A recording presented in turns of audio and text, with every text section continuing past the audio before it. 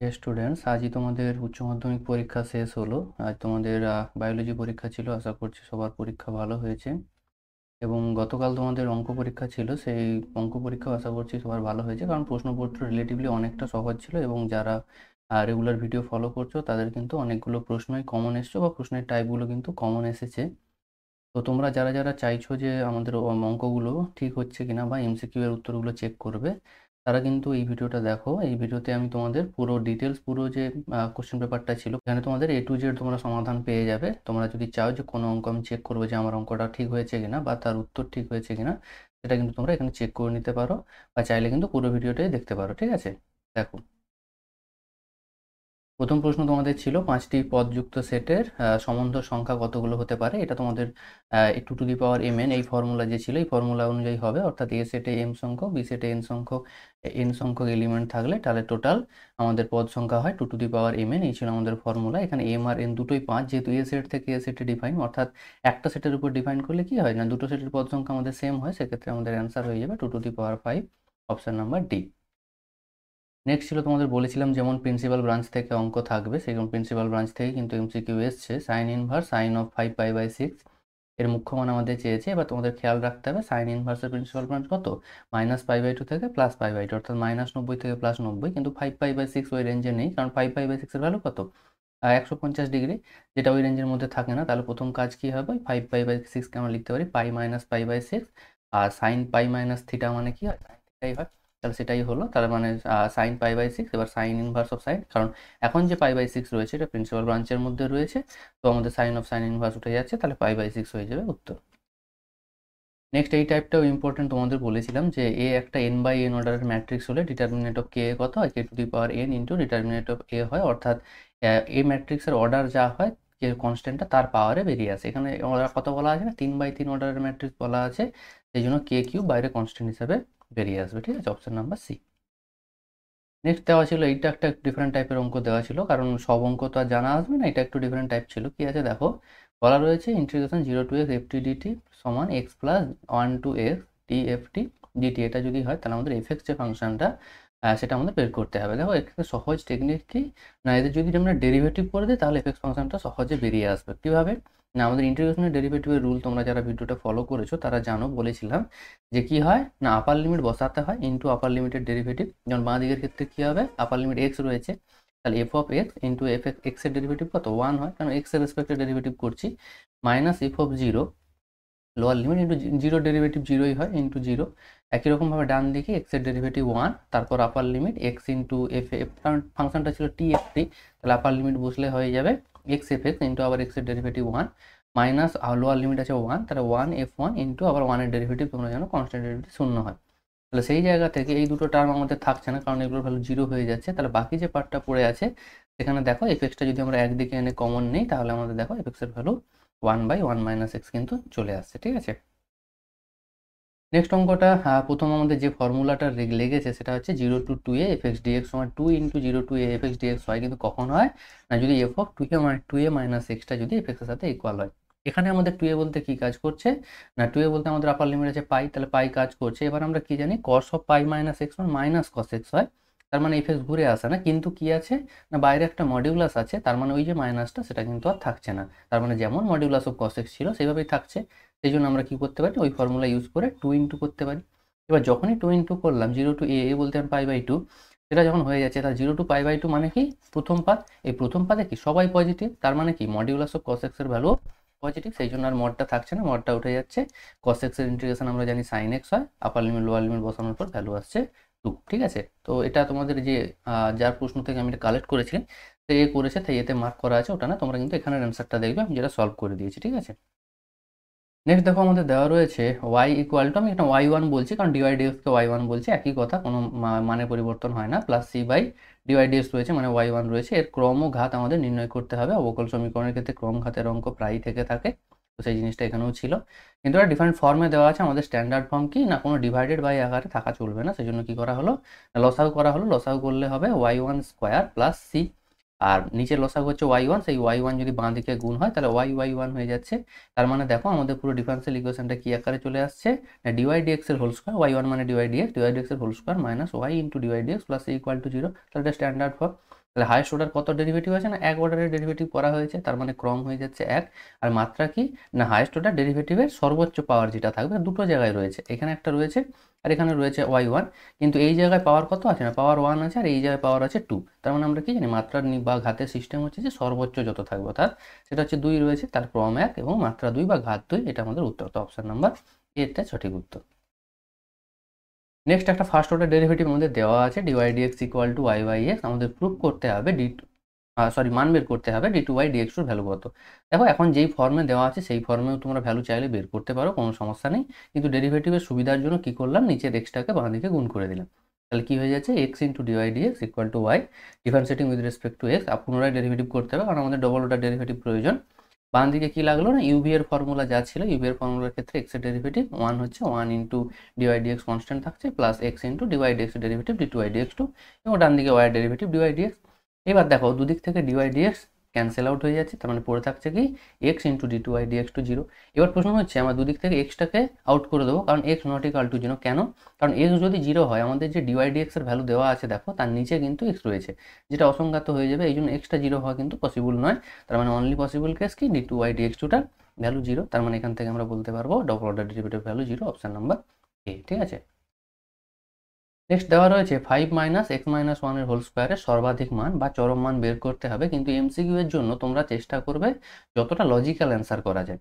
Logical answer বলতে আমি কি বোঝাতে চাইছি, যেমন আমাদের কি দেওয়া আছে 5 মাইনাস এক্স মাইনাস 1 এর হোল স্কোয়ার।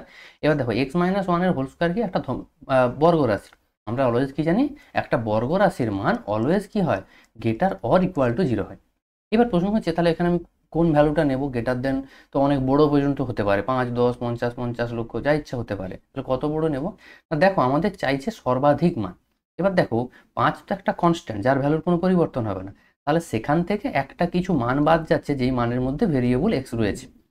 তাহলে যদি কোনো কিছু থেকে সব থেকে মিনিমাম কিছু বিয়োগ করা যায় তাহলেই যে পড়ে থাকে সেই মানটা সব থেকে বড় হয়। তার মানে এই এক্স মাইনাস ওয়ানের হোল স্কোয়ারের ভ্যালু যদি আমি সব থেকে কম বাদ দিতে পারি তাহলেই 5 মাইনাস করার পর যে ভ্যালুটা থাকবে সেটা সব থেকে বড় হবে।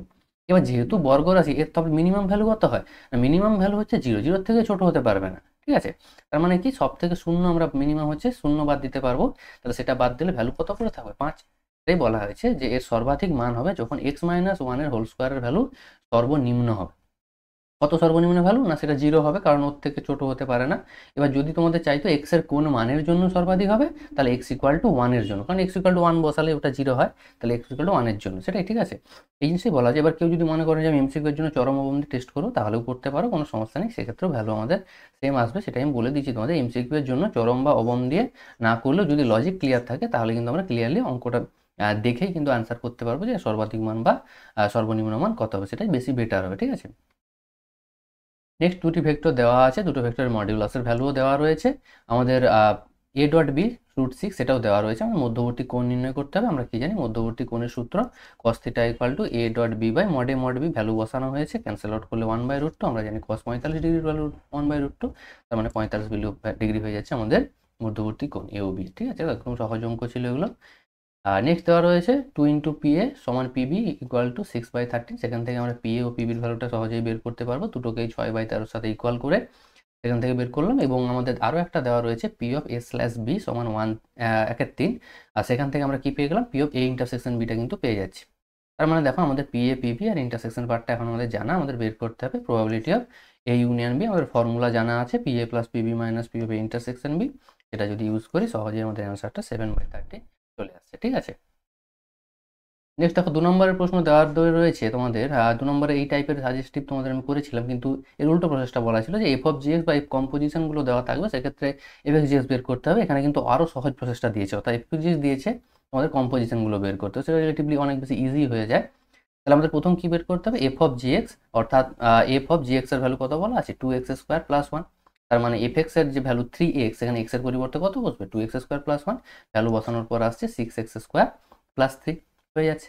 এরপর কি জি অফ এফ এক্স, এটাও আমাদের প্রয়োজন, কারণ তারপর বিয়োগ করতে হবে। জি অফ এফ এক্স মানে কি জি অফ এফ এক্স এর ভ্যালু আমাদের 3x বলা আছে, তার মানে জি এক্স এর ভ্যালু যে 2x² প্লাস রয়েছে 1 রয়েছে, সেখানে x এর পরিবর্তে কত বসবে না 3x, তার মানে 2 ইন্টু 3x এর হোল স্কোয়ার প্লাস 1, 3 এর হোল স্কোয়ার হচ্ছে 9x² ইন্টু 2 মানে 18x² প্লাস 1, এটা আমাদের অ্যান্সার হয়ে যাচ্ছে। এইবার আমাদের প্রয়োজন কি না F of G x minus G of F x, এটা বিয়োগ করে যা ভ্যালু হয় সেটা বের করতে হবে। তাহলে সেই অনুযায়ী বিয়োগ করে দেওয়া হয়েছে। বিয়োগ করার পর দেখো -12x² + 2। এবার কেউ যদি মনে করো 2 দিয়ে কমন নিয়ে, যেহেতু কমন যাচ্ছে সেহেতু কমন নিয়েও কেউ অ্যান্সার রাখতে পারো, বা কেউ এভাবেও রাখতে পারো। 2 কমন নিলে কি আসবে, 2 × 1 - 6x²। এটাই হচ্ছে আমাদের উত্তর, ঠিক আছে। নেক্সট দেখো বলা রয়েছে, আমাদের এই সূত্রটা সবাই জানি ইনভার্স ট্রিগোনোমেট্রি ফাংশনের ক্ষেত্রে, এটা কিন্তু সেখানে প্রুফ দিয়েছে, একদম সহজ ব্যাপার, কিছুই না। দেখো এখানে রেঞ্জটা বলা আছে এক্স এর ভ্যালু 0 থেকে 1 এর মধ্যে।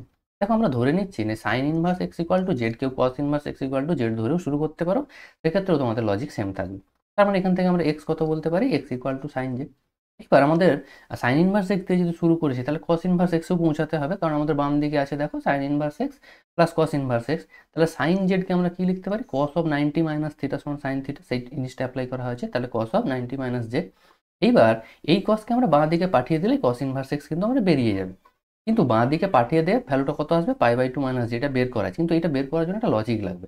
এই যে কসকে আমরা ইনভার্স করবো, তাই সেই জন্য এই যে ভ্যালুটা, এই ভ্যালুটাকে প্রিন্সিপাল ব্রাঞ্চে থাকতে হবে। এবার প্রশ্ন হচ্ছে কসের প্রিন্সিপাল ব্রাঞ্চ কত, না কসের প্রিন্সিপাল ব্রাঞ্চ হচ্ছে 0 টু π। এই 0 টু π এর মধ্যে π/2 - জেডটা যে 0 টু π এ আছে সেটা আমাদের দেখাতে হবে। কিভাবে দেখাবো, না দেখো আমাদের এক্স এর রেঞ্জটা কোথা থেকে কোথায় বলা আছে, না 0 থেকে 1। তাহলে এক্স যদি 0 থেকে 1 হয়, জেডটা কোথা থেকে হবে, 0 থেকে π/2, কারণ জেড মানে কি সাইন ইনভার্স এক্স। এক্স যদি 0 থেকে 1 এর মধ্যে থাকে, তাহলে সাইন ইনভার্স এক্স এর ভ্যালু কত, 0 থেকে π/2 এর মধ্যে থাকবে, কারণ পজিটিভ ব্রাঞ্চে থাকবে ভ্যালুটা। এটা যদি -1 টু +1 হতো, তাহলে জেড এর ভ্যালু কোথায় থাকতো, -π/2 থেকে +π/2, কিন্তু যেহেতু এক্সটা আমাদের 0 টু 1 এ রয়েছে, তাই জেড এর ভ্যালুটা কত, 0 টু π/2 এর মধ্যে থাকবে। এবার আমাদের দরকার কি কার রেঞ্জ, না π/2 - জেড এর রেঞ্জ। তাহলে প্রথম মাইনাস দিয়ে গুণ করা হলো, আমরা জানি মাইনাস দিয়ে গুণ করলে ইনইকুয়ালিটি উল্টে যায়, তাহলে ইনইকুয়ালিটি উল্টে দেওয়া হলো। নেক্সট কি করা হলো, π/2 অ্যাড করা হলো। তাহলে অল ওভার π/2 অ্যাড করলে আমাদের আছে π/2 গ্রেটার দেন π/2 - জেড, গ্রেটার দেন 0, এটাকে ঘুরিয়ে লিখলে কত হয়, না 0 লেস দেন π/2 - জেড লেস দেন π/2। অর্থাৎ এই যে π/2 - জেড এর ভ্যালুটা কোথায় থাকছে, 0 থেকে π/2 তার প্রথম পাদে থাকছে, যেটা ডেফিনেটলি কি না এই 0 থেকে যে পাই, এই 0 টু পাই রেঞ্জের মধ্যে রয়েছে, অর্থাৎ কসের প্রিন্সিপাল ব্রাঞ্চে রয়েছে। তার মানে আমরা কি করতে পারি, এই কস ইনভার্সটাকে পাঠাতে পারি। এবার অনেকেই মনে করতে পারো যে এটা তো না দেখালেও চলবে, কিন্তু যেহেতু 2 নাম্বার আছে আর এই জায়গাটা দেখার জন্যই তোমাদের কিন্তু এই অঙ্কটা দেওয়া রয়েছে, সূত্রে কিন্তু এই জায়গাটা ভাইটাল। অ্যাটলিস্ট তোমাদের এতটা লং না করলেও অ্যাটলিস্ট স্টেপটা বলে দিতে হবে যে π/2 - জেড এটা আমাদের কসের যে প্রিন্সিপাল ব্রাঞ্চ, সেই প্রিন্সিপাল ব্রাঞ্চের মধ্যে রয়েছে, এই জিনিসটা কিন্তু দেখাতে হবে। তার মানে দেখাচ্ছি কি না কস ইনভার্স এক্স সমান π/2 - জেড, একটাকে 1 আর একটাকে 2 নম্বর দিলে। এবার 1 আর 2 যদি আমরা যোগ করে দিই, দেখো ডান দিক থেকে জেড জেড ক্যান্সেল আউট হয়ে যাচ্ছে, তার মানে আমাদের কি π/2 যেটা প্রুফ দরকার সেটা কিন্তু চলে আসছে, ঠিক আছে। নেক্সট এই টাইপটাও তোমাদের আমি বলেছিলাম 2 নম্বরের জন্য 2a transpose plus b equal to একটা ম্যাট্রিক্স, আর 2b transpose plus a equal to matrix দেওয়া রয়েছে। তাহলে এই ম্যাট্রিক্স নির্ণয় করতে হবে, একদম ডিটেলসে তোমাদের এই একদম টাইপটা কিন্তু আলোচনা করা হয়েছে। যারা যারা দেখে গেছিলে তারা কিন্তু ডেফিনেটলি হেল্পফুল হয়েছে, ঠিক আছে। আশা করি এই অঙ্ক কারো ভুল হয়নি, ঠিক আছে। একদম সহজ অঙ্ক ছিল, এর পরেরটাও সহজ অঙ্ক ছিল, যদি এটাও আমার মনে হয় রিলেটিভলি সহজ। কী করতে হয় না, যেহেতু এর ভ্যালু বের করতে হবে, প্রথম যে ইকুয়েশনটা দেওয়া রয়েছে তাকে প্রথম ট্রান্সপোজ বা পরিবর্তন নিয়ে নিলাম। পরিবর্তন নেওয়ার পর সেটা কত চলে আসে, 2a plus b transpose equal to ডান দিকের ম্যাট্রিক্সের ট্রান্সপোজ, আরেকটা যে সমীকরণ দেওয়া ছিল সেটাও পাশাপাশি লিখে ফেললাম। তার মানে কি আমাদেরকে এই b ট্রান্সপোজটাকে অপনয়ন করতে হবে। কিভাবে করব, না প্রথমটাকে যদি আমরা 2 দিয়ে গুণ করে দিই, তাহলে আমাদের বিয়োগ করে দেওয়ার পর ট্রান্সপোজটা অপনয়ন হয়ে যাবে, সেটাই করা হয়েছে। 1 নম্বর ইন্টু 2 মাইনাস 2 নম্বর সমীকরণ করে পাই, বাঁ দিকে তার ম্যাট্রিক্সগুলোর বিয়োগ এবং ডান দিকে যে 2/2 অর্ডারের ম্যাট্রিক্স তার মধ্যে বিয়োগ করা হলো। তাহলে বাঁ দিকটা আসছে কত, 3a সমান এই ম্যাট্রিক্সটা চলে আসছে। তাহলে এখান থেকে আমাদের এই ম্যাট্রিক্স দরকার। আর ম্যাট্রিক্সের ক্ষেত্রে তোমরা নিশ্চয়ই জানো যে কোনো কনস্ট্যান্ট দিয়ে ভাগ করলে তার প্রত্যেকটা এলিমেন্টকে ডিভাইড করতে হয়, সেটা ডিভাইড করার পর আমাদের অ্যান্সার কিন্তু এটা চলে আসবে, ঠিক আছে। নেক্সট যেটা ওর অল্টারনেটিভ হিসেবে ছিল সেটা হচ্ছে একটা ডিটারমিনেটর ভ্যালু 0 দেওয়া আছে, সেখানে একটা আননোন এক্স দেওয়া রয়েছে, এক্সের ভ্যালু। দেখো এখানে তোমাদের আর রো কলাম অপারেশন লাগানোর কোনো প্রয়োজন নেই, যেহেতু সিম্পল একটা ডিটারমিনেটর রয়েছে এবং বিস্তার না করে বা এরকম কিছু শর্ত আমাদের বলা নেই। তাহলে কী করবে, সিম্পল যে কোনো একটা রো বা কলামের রেসপেক্টে ডিটারমিনেটরটা ভেঙে দাও। আমি ফার্স্ট রোয়ের সাপেক্ষে ভেঙেছি, কেউ লাস্টের রোয়ের সাপেক্ষেও ভাঙতে পারো। তাতে কী সুবিধা হবে না, লাস্টের রোয়ের সাপেক্ষে ভাঙলে একটা 0 চলে আসে, তো একটা টার্মের যে আমাদের কোফিসিয়েন্ট ডিটারমিনেন্ট সেটা কিন্তু আর থাকছে না, 0 হয়ে যাবে। এবার কেউ চাইলে যে কোনো, এখানে একদম সহজ দেওয়া রয়েছে, যে কোনো রো বা কলামের রেসপেক্টে ভেঙে দাও, ভাঙলে আমাদের এক্সের ভ্যালু খুব সহজেই -10 বেরিয়ে আসবে, ঠিক আছে। এটা একদম সহজ ছিল, তার থেকেও বেশি সহজ এবং অল্প স্টেপে হয়ে যায়, ঠিক আছে। নেক্সট দেখো বলা রয়েছে, এটাও একটা সূত্রেরই প্রমাণ, যে f X equal to minus of F of minus x. তার মানে একটা এফ একটা অযুগ্ম ফাংশন, কারণ কি তোমরা জানো এটাই অযুগ্ম ফাংশনের শর্ত। একটা ফাংশন অযুগ্ম হতে গেলে কি এটাই হতে হয় যে F of minus x equal to minus of F x, এটাই হতে হয়। এই মাইনাসটা যদি ডান দিকে না রেখে আমি যদি বাঁ দিকে দিই, তাহলেই দেখো যে শর্ত দেওয়া রয়েছে আর আমাদের এখানে যে শর্ত দেওয়া রয়েছে সেটা একই জিনিস। তার মানে অযুগ্ম অপেক্ষক বলা আছে, আর আমরা জানি অযুগ্ম অপেক্ষক হলে minus a to plus F x dx এর ভ্যালু কত হয়, 0 হয়। সেটাই তাহলে প্রুফ করতে হবে। সিম্পল টেকনিক কি না, এখানে দেখো এই যে এফ অফ মাইনাস এক্স এটা আমাদের কাজে লাগাতে হবে। সেই জন্য এক্সকে মাইনাস অফ জেড ধরে না, তোমরা মাইনাস পি ধরতে পারো, মাইনাস ওয়াই ধরতে পারো, অর্থাৎ মাইনাস অফ অন্য যে কোনো একটা ভেরিয়েবল ধরে নিলে তাতে কি লিখতে পারবো না, ডিএক্সটা মাইনাস ডিজেড হয়ে যাবে এবং একইভাবে আপার লিমিট লোয়ার লিমিট চেঞ্জ হবে। হলো, তার মানে এবারে যে আমাদের যে আই বলে যে ইন্টিগ্রেশন ছিল তাকে আই বলে ধরে নিচ্ছি, তাহলে সেখানে বসিয়ে দিল। বসিয়ে দেওয়ার পর দেখো আমাদের আসছে minus of a to minus a minus of f z dz. এবারে minus of f z dz কেন, কারণ আমাদের দেখো এফ অফ মাইনাস জেড এসেছিল, তাকে মাইনাস অফ এফ জেড লিখব কেন, কারণ দেখো আমাদের প্রয়োজনীয় শর্তই কিন্তু তাই বলা ছিল যে F of x equal to minus of F of minus x, অর্থাৎ সেই অনুযায়ী এবার এক্সের বদলে যদি আমরা জেড বসাই তাহলেও দেখো সেই জিনিসটা হোল্ড করবে। সেই জিনিসটা এখানে হোল্ড করানো হয়েছে, তাহলে সেই অনুযায়ী কত হয়ে যাচ্ছে না a to minus a f z dz. এবার আমরা কি জানি না, একটা ইন্টিগ্রেশনের আপার লিমিট লোয়ার লিমিটের মধ্যে যদি ইন্টারচেঞ্জ করা হয় তাহলে সামনে কি আসবে, একটা মাইনাস আসবে। অর্থাৎ একটা ইন্টিগ্রেশন এ টু বি যদি থাকে তাকে যদি আমাদের বি টু এ করতে হয় তাহলে সামনে একটা মাইনাস দিতে হয়। এই জিনিসটা আমাদের জানা রয়েছে। তাহলে সেই ফর্মুলা অনুযায়ী আমাদের কি করা হলো না মাইনাস এ টু প্লাস এ করা হলো। এবার প্রশ্ন হচ্ছে কেন করা হলো, কারণ দেখো আমাদের অরিজিনাল যে ইন্টিগ্রেশন সেটাও কিন্তু মাইনাস এ থেকে প্লাস এ পর্যন্ত দেওয়া ছিল, তার সাথে ম্যাচ করানোর জন্য দেওয়া হলো। তাহলে সামনে একটা মাইনাস আসবে। এবার minus a to plus a f z dz যা কথা, আর minus a to plus a F x dx একই কথা, কারণ জেডের পরিবর্তে এক্স বসালে আপার লিমিট লোয়ার লিমিটের কোনো চেঞ্জ হবে না, আর ভ্যালুরও কোনো পরিবর্তন হবে না। আমরা কি জানি একটা ইন্টিগ্রেশনের ক্ষেত্রে ভেরিয়েবল যদি শুধু ভেরিয়েবলকে চেঞ্জ করি, জাস্ট আর ওই ভেরিয়েবলের বদলে অন্য ভেরিয়েবল বসায়, তাহলে ইন্টিগ্রেশনের ভ্যালুর কোনো পরিবর্তন হয় না। কেউ যেন আবার এটার সাথে গুলিয়ে যেন না ফেলো, কারণ এখানে ভেরিয়েবলের পরিবর্তে ভেরিয়েবল নেই, মাইনাস অফ অন্য একটা ভেরিয়েবল বসানো হয়েছে তাই চেঞ্জ হয়েছে। কিন্তু এক্ষেত্রে আমি কী করতে চাইছি না শুধু জেডের পরিবর্তে এক্স বসাই, এফ জেড ডিজেড তাকে এফ এক্স ডিএক্স, তাহলে সেটা আমাদের ইজিলি করা যায় ইন্টিগ্রেশনের ভ্যালু পরিবর্তন না করে। তার মানে কি এই ইন্টিগ্রেশনটা আমাদের যে আই ইন্টিগ্রেশন ছিল তারই মতো দেখতে হয়ে গেল। আর সামনে যেহেতু মাইনাস সাইন আছে তাহলে মাইনাস আই, তাহলে এখান থেকে কি পাচ্ছি I equal to minus I, তার মানে কি বলতে পারো two I equal to zero. তার মানে আই যে অরিজিনাল ইন্টিগ্রেশন সেটা ইকুয়াল টু জিরো আমরা ইজিলি বলতে পারবো। ঠিক আছে, নেক্সট দেখো বলা রয়েছে এফ ডেস্ট এ এর সসীম মান আছে, অর্থাৎ এফ এক্স এর এক্স ইকুয়াল টু এ বিন্দুতে ডেরিভেটিভের অস্তিত্ব আছে, এটুকু আমাদের বলে দেওয়া আছে। তার মানে আমরা কি বলতে পারবো না f dash a equal to limit extending to A F x minus F a by x minus এ, এটা আমাদের ডেরিভেটিভের ডেফিনেশন বা ফর্মুলা থেকে বলা যায়। এবার আমাদের দেখাতে হবে যে f x x equal to a বিন্দুতে সন্তত। এটা আমাদের ক্লিয়ারলি জানা আছে যে কোনো ফাংশন ডিফারেন্সিয়েবল হলে সেটা কন্টিনিউয়াস হয়, তার মানে অবকলনযোগ্য হলে সন্তত এটা হবে, এটা এবং সত্য। কিন্তু সেটা সত্য এটা এখানে আমাদের প্রুফ করতে বলেছে। অধিকাংশ কিন্তু তোমাদের এই টাইপের প্রশ্নগুলোর উপর ফোকাস করা হয়েছে, যে যেগুলোকে আমাদের ডেফিনেশন বা বেসিক নলেজ আছে সেগুলো কতটা স্ট্রং, এখানে কিন্তু সেই টাইপেরগুলো প্রশ্নগুলো বেশি দেওয়া হয়েছে।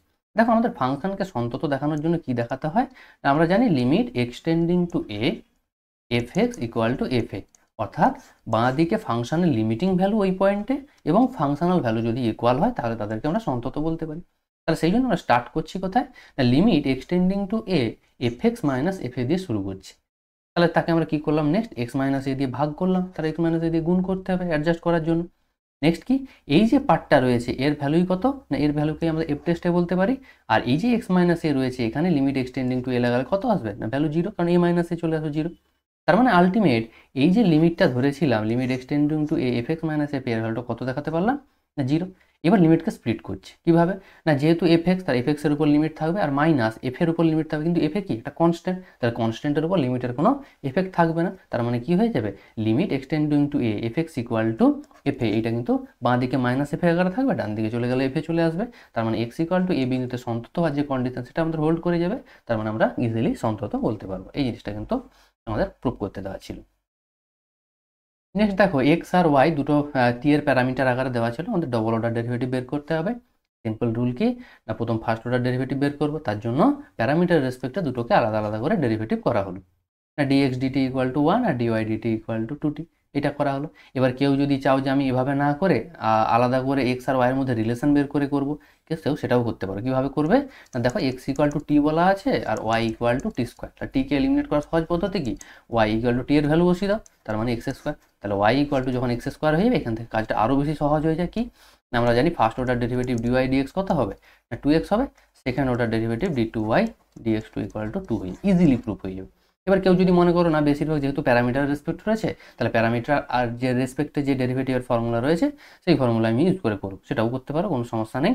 আর ডিওয়াই ডিএক্স কীভাবে বেরোবে না d y d t divided by d x d t, সেই ফর্মুলা অনুযায়ী ডিওয়াই ডিএক্স এর ভ্যালু 2t চলে আসছে।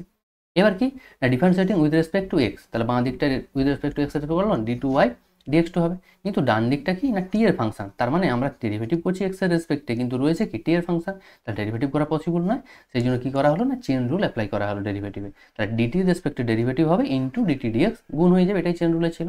তাহলে টু টি ডিটি রেসপেক্টে ডেরিভেটিভ কত না টু, এবার প্রশ্ন হচ্ছে ডিটি ডিএক্স এর ভ্যালু কত না ডিএক্স ডিটির ভ্যালু যদি আমাদের 1 হয় ডিটি ডিএক্স কি হবে তার উল্টো, অর্থাৎ 1/1 হয়ে যাবে, অর্থাৎ ভ্যালু কোনো চেঞ্জ হবে না, আলটিমেট 1ই থাকবে, কিন্তু ফর্মুলা অনুযায়ী 1/1, তার মানে আমাদের সেই ভ্যালুর কত থাকছে 2। তোমাদের যে পদ্ধতি ইজি মনে হয় তোমরা সেটাতে করতে পারো, যে যেটাতেই করেছো দুটোতেই কিন্তু নাম্বার পাবে, কোনো সমস্যা নেই।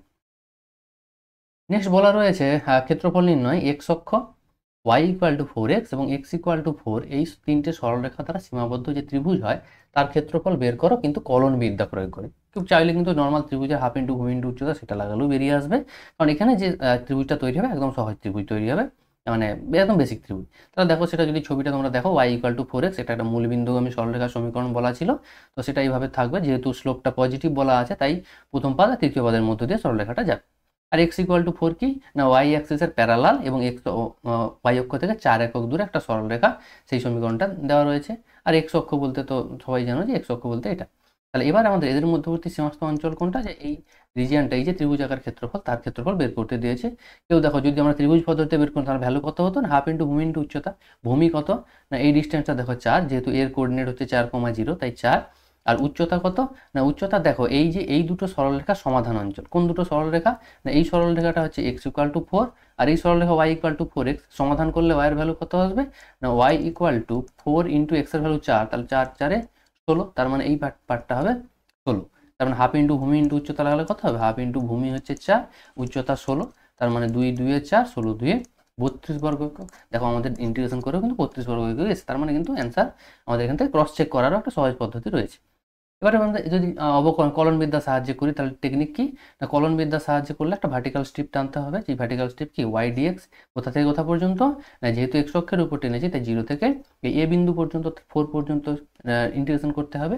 এই ওয়াইয়ের ভ্যালু কোথা থেকে পাবো না এই যে কার্ভ দ্বারা বাউন্ড হয়, এখানে কোন কার্ভ না Y equal to 4x straight line দ্বারা বাউন্ড হয়েছে, তাহলে ওয়াইয়ের ভ্যালু আমরা 4x বসিয়ে দিলাম, তারপর বেসিক ইন্টিগ্রেশনের ফর্মুলা লাগিয়ে আপার লিমিট লোয়ার লিমিট বসালে দেখো সেখানেও কিন্তু 32-এ কিন্তু আমাদের অ্যান্সার আসছে। ঠিক আছে, তোমরা অবশ্যই যারা যারা করেছো নিশ্চয়ই ক্রস চেক করে দেখেছো যে হাফ ইন্টু ভূমি ইন্টু উচ্চতা করলে কত হয় আর আমাদের নর্মাল কত আছে, তাহলে কিন্তু তোমরা পরীক্ষার হলেই বুঝতে পারবে যে আমাদের উত্তরটা সঠিক হচ্ছে কিনা। ঠিক আছে, নেক্সট দেখো কলনবিদ্যার প্রয়োগে 3 sin x প্লাস 4 এর সর্বাধিক মান। এক্ষেত্রে কিন্তু আমাদের কিছু করার নেই, কারণ এই এক্স এর রেঞ্জটা বলা আছে 0 থেকে পাই পর্যন্ত, এখানে সর্বাধিক মান বের করতে গেলে আমাদের কিন্তু চরম মান কিন্তু অ্যাপ্লাই করতে হবে, যেটা কিন্তু আমি এমসিকিউ এর জন্য বলেছিলাম, তোমাদের যদি লজিক ক্লিয়ার থাকে নর্মালি বলতে পারবে। যেমন এখান থেকেও তোমরা লজিক যদি ক্লিয়ার দেখো ক্লিয়ারলি বোঝা যাচ্ছে, কিন্তু ডাইরেক্ট আর আমরা লিখতে পারবো না, কারণ লজিক কীভাবে ক্লিয়ার দেখো আমাদের সাইন এক্স দেওয়া আছে, সাইন এক্স এর ভ্যালু যদি ম্যাক্সিমাম হয় তবেই 3 sin x প্লাস 4 এর ভ্যালু ম্যাক্সিমাম হবে। এবার আমরা কি জানি না এই সাইন এক্স এর ভ্যালু অলওয়েজ -1 থেকে +1 এর মধ্যে লাইক হয়।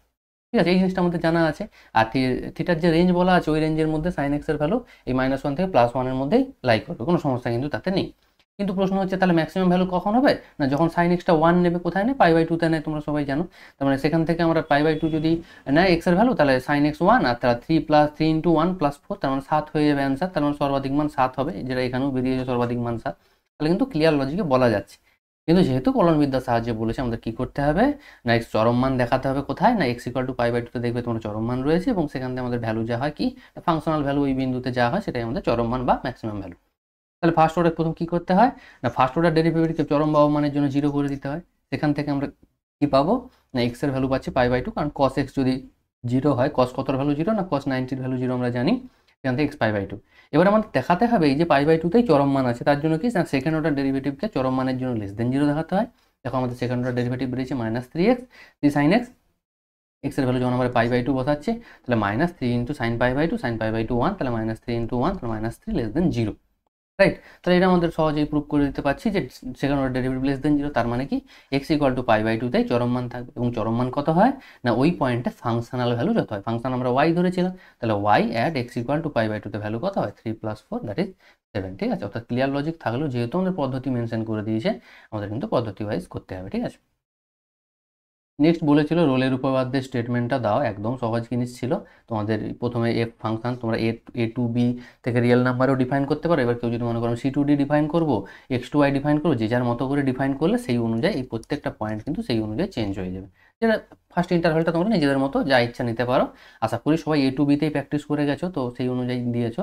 তো অনেকে কি মিস করে যাও না, প্রথমে যে ফাংশনটা ডিফাইন করা রয়েছে কোথা থেকে কোথায়, এই জিনিসটা কিন্তু বলতে ভুলে যাও। তোমাদের একটু মনে করে দেখে নাও যে তোমরা এই জিনিসটা লিখেছো কিনা।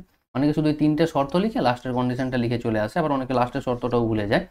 তো শুধু এই 3টে শর্ত লিখে চলে আসে, তাহলে কিন্তু নয়, কোনোটাই মিস করলে চলবে না। প্রথমে যে ফাংশনটা কোথা থেকে কোথা ডিফাইন আছে এটা কিন্তু বলতে হবে, কারণ A to B থেকে যে রিয়েল নাম্বার এটা যদি না বলি, তাহলে এই যে A to B অন্তরাল এটা আমরা কোথা থেকে পাবো, সেটা তো পাওয়া সম্ভব নয়। বা কিভাবে আমরা লাস্টে বলতে পারবো এই যে সি এর ভ্যালু সেটা যে ওপেন ইন্টারভ্যাল AB এর মধ্যে থাকবে, সেটাও আমরা বলতে পারবো না। এই জন্য প্রথমে এই জিনিসটা ডিফাইন থাকা কিন্তু জরুরি। ঠিক আছে, তোমরা একটু দেখে নাও যে এটা তোমরা লিখেছো কিনা।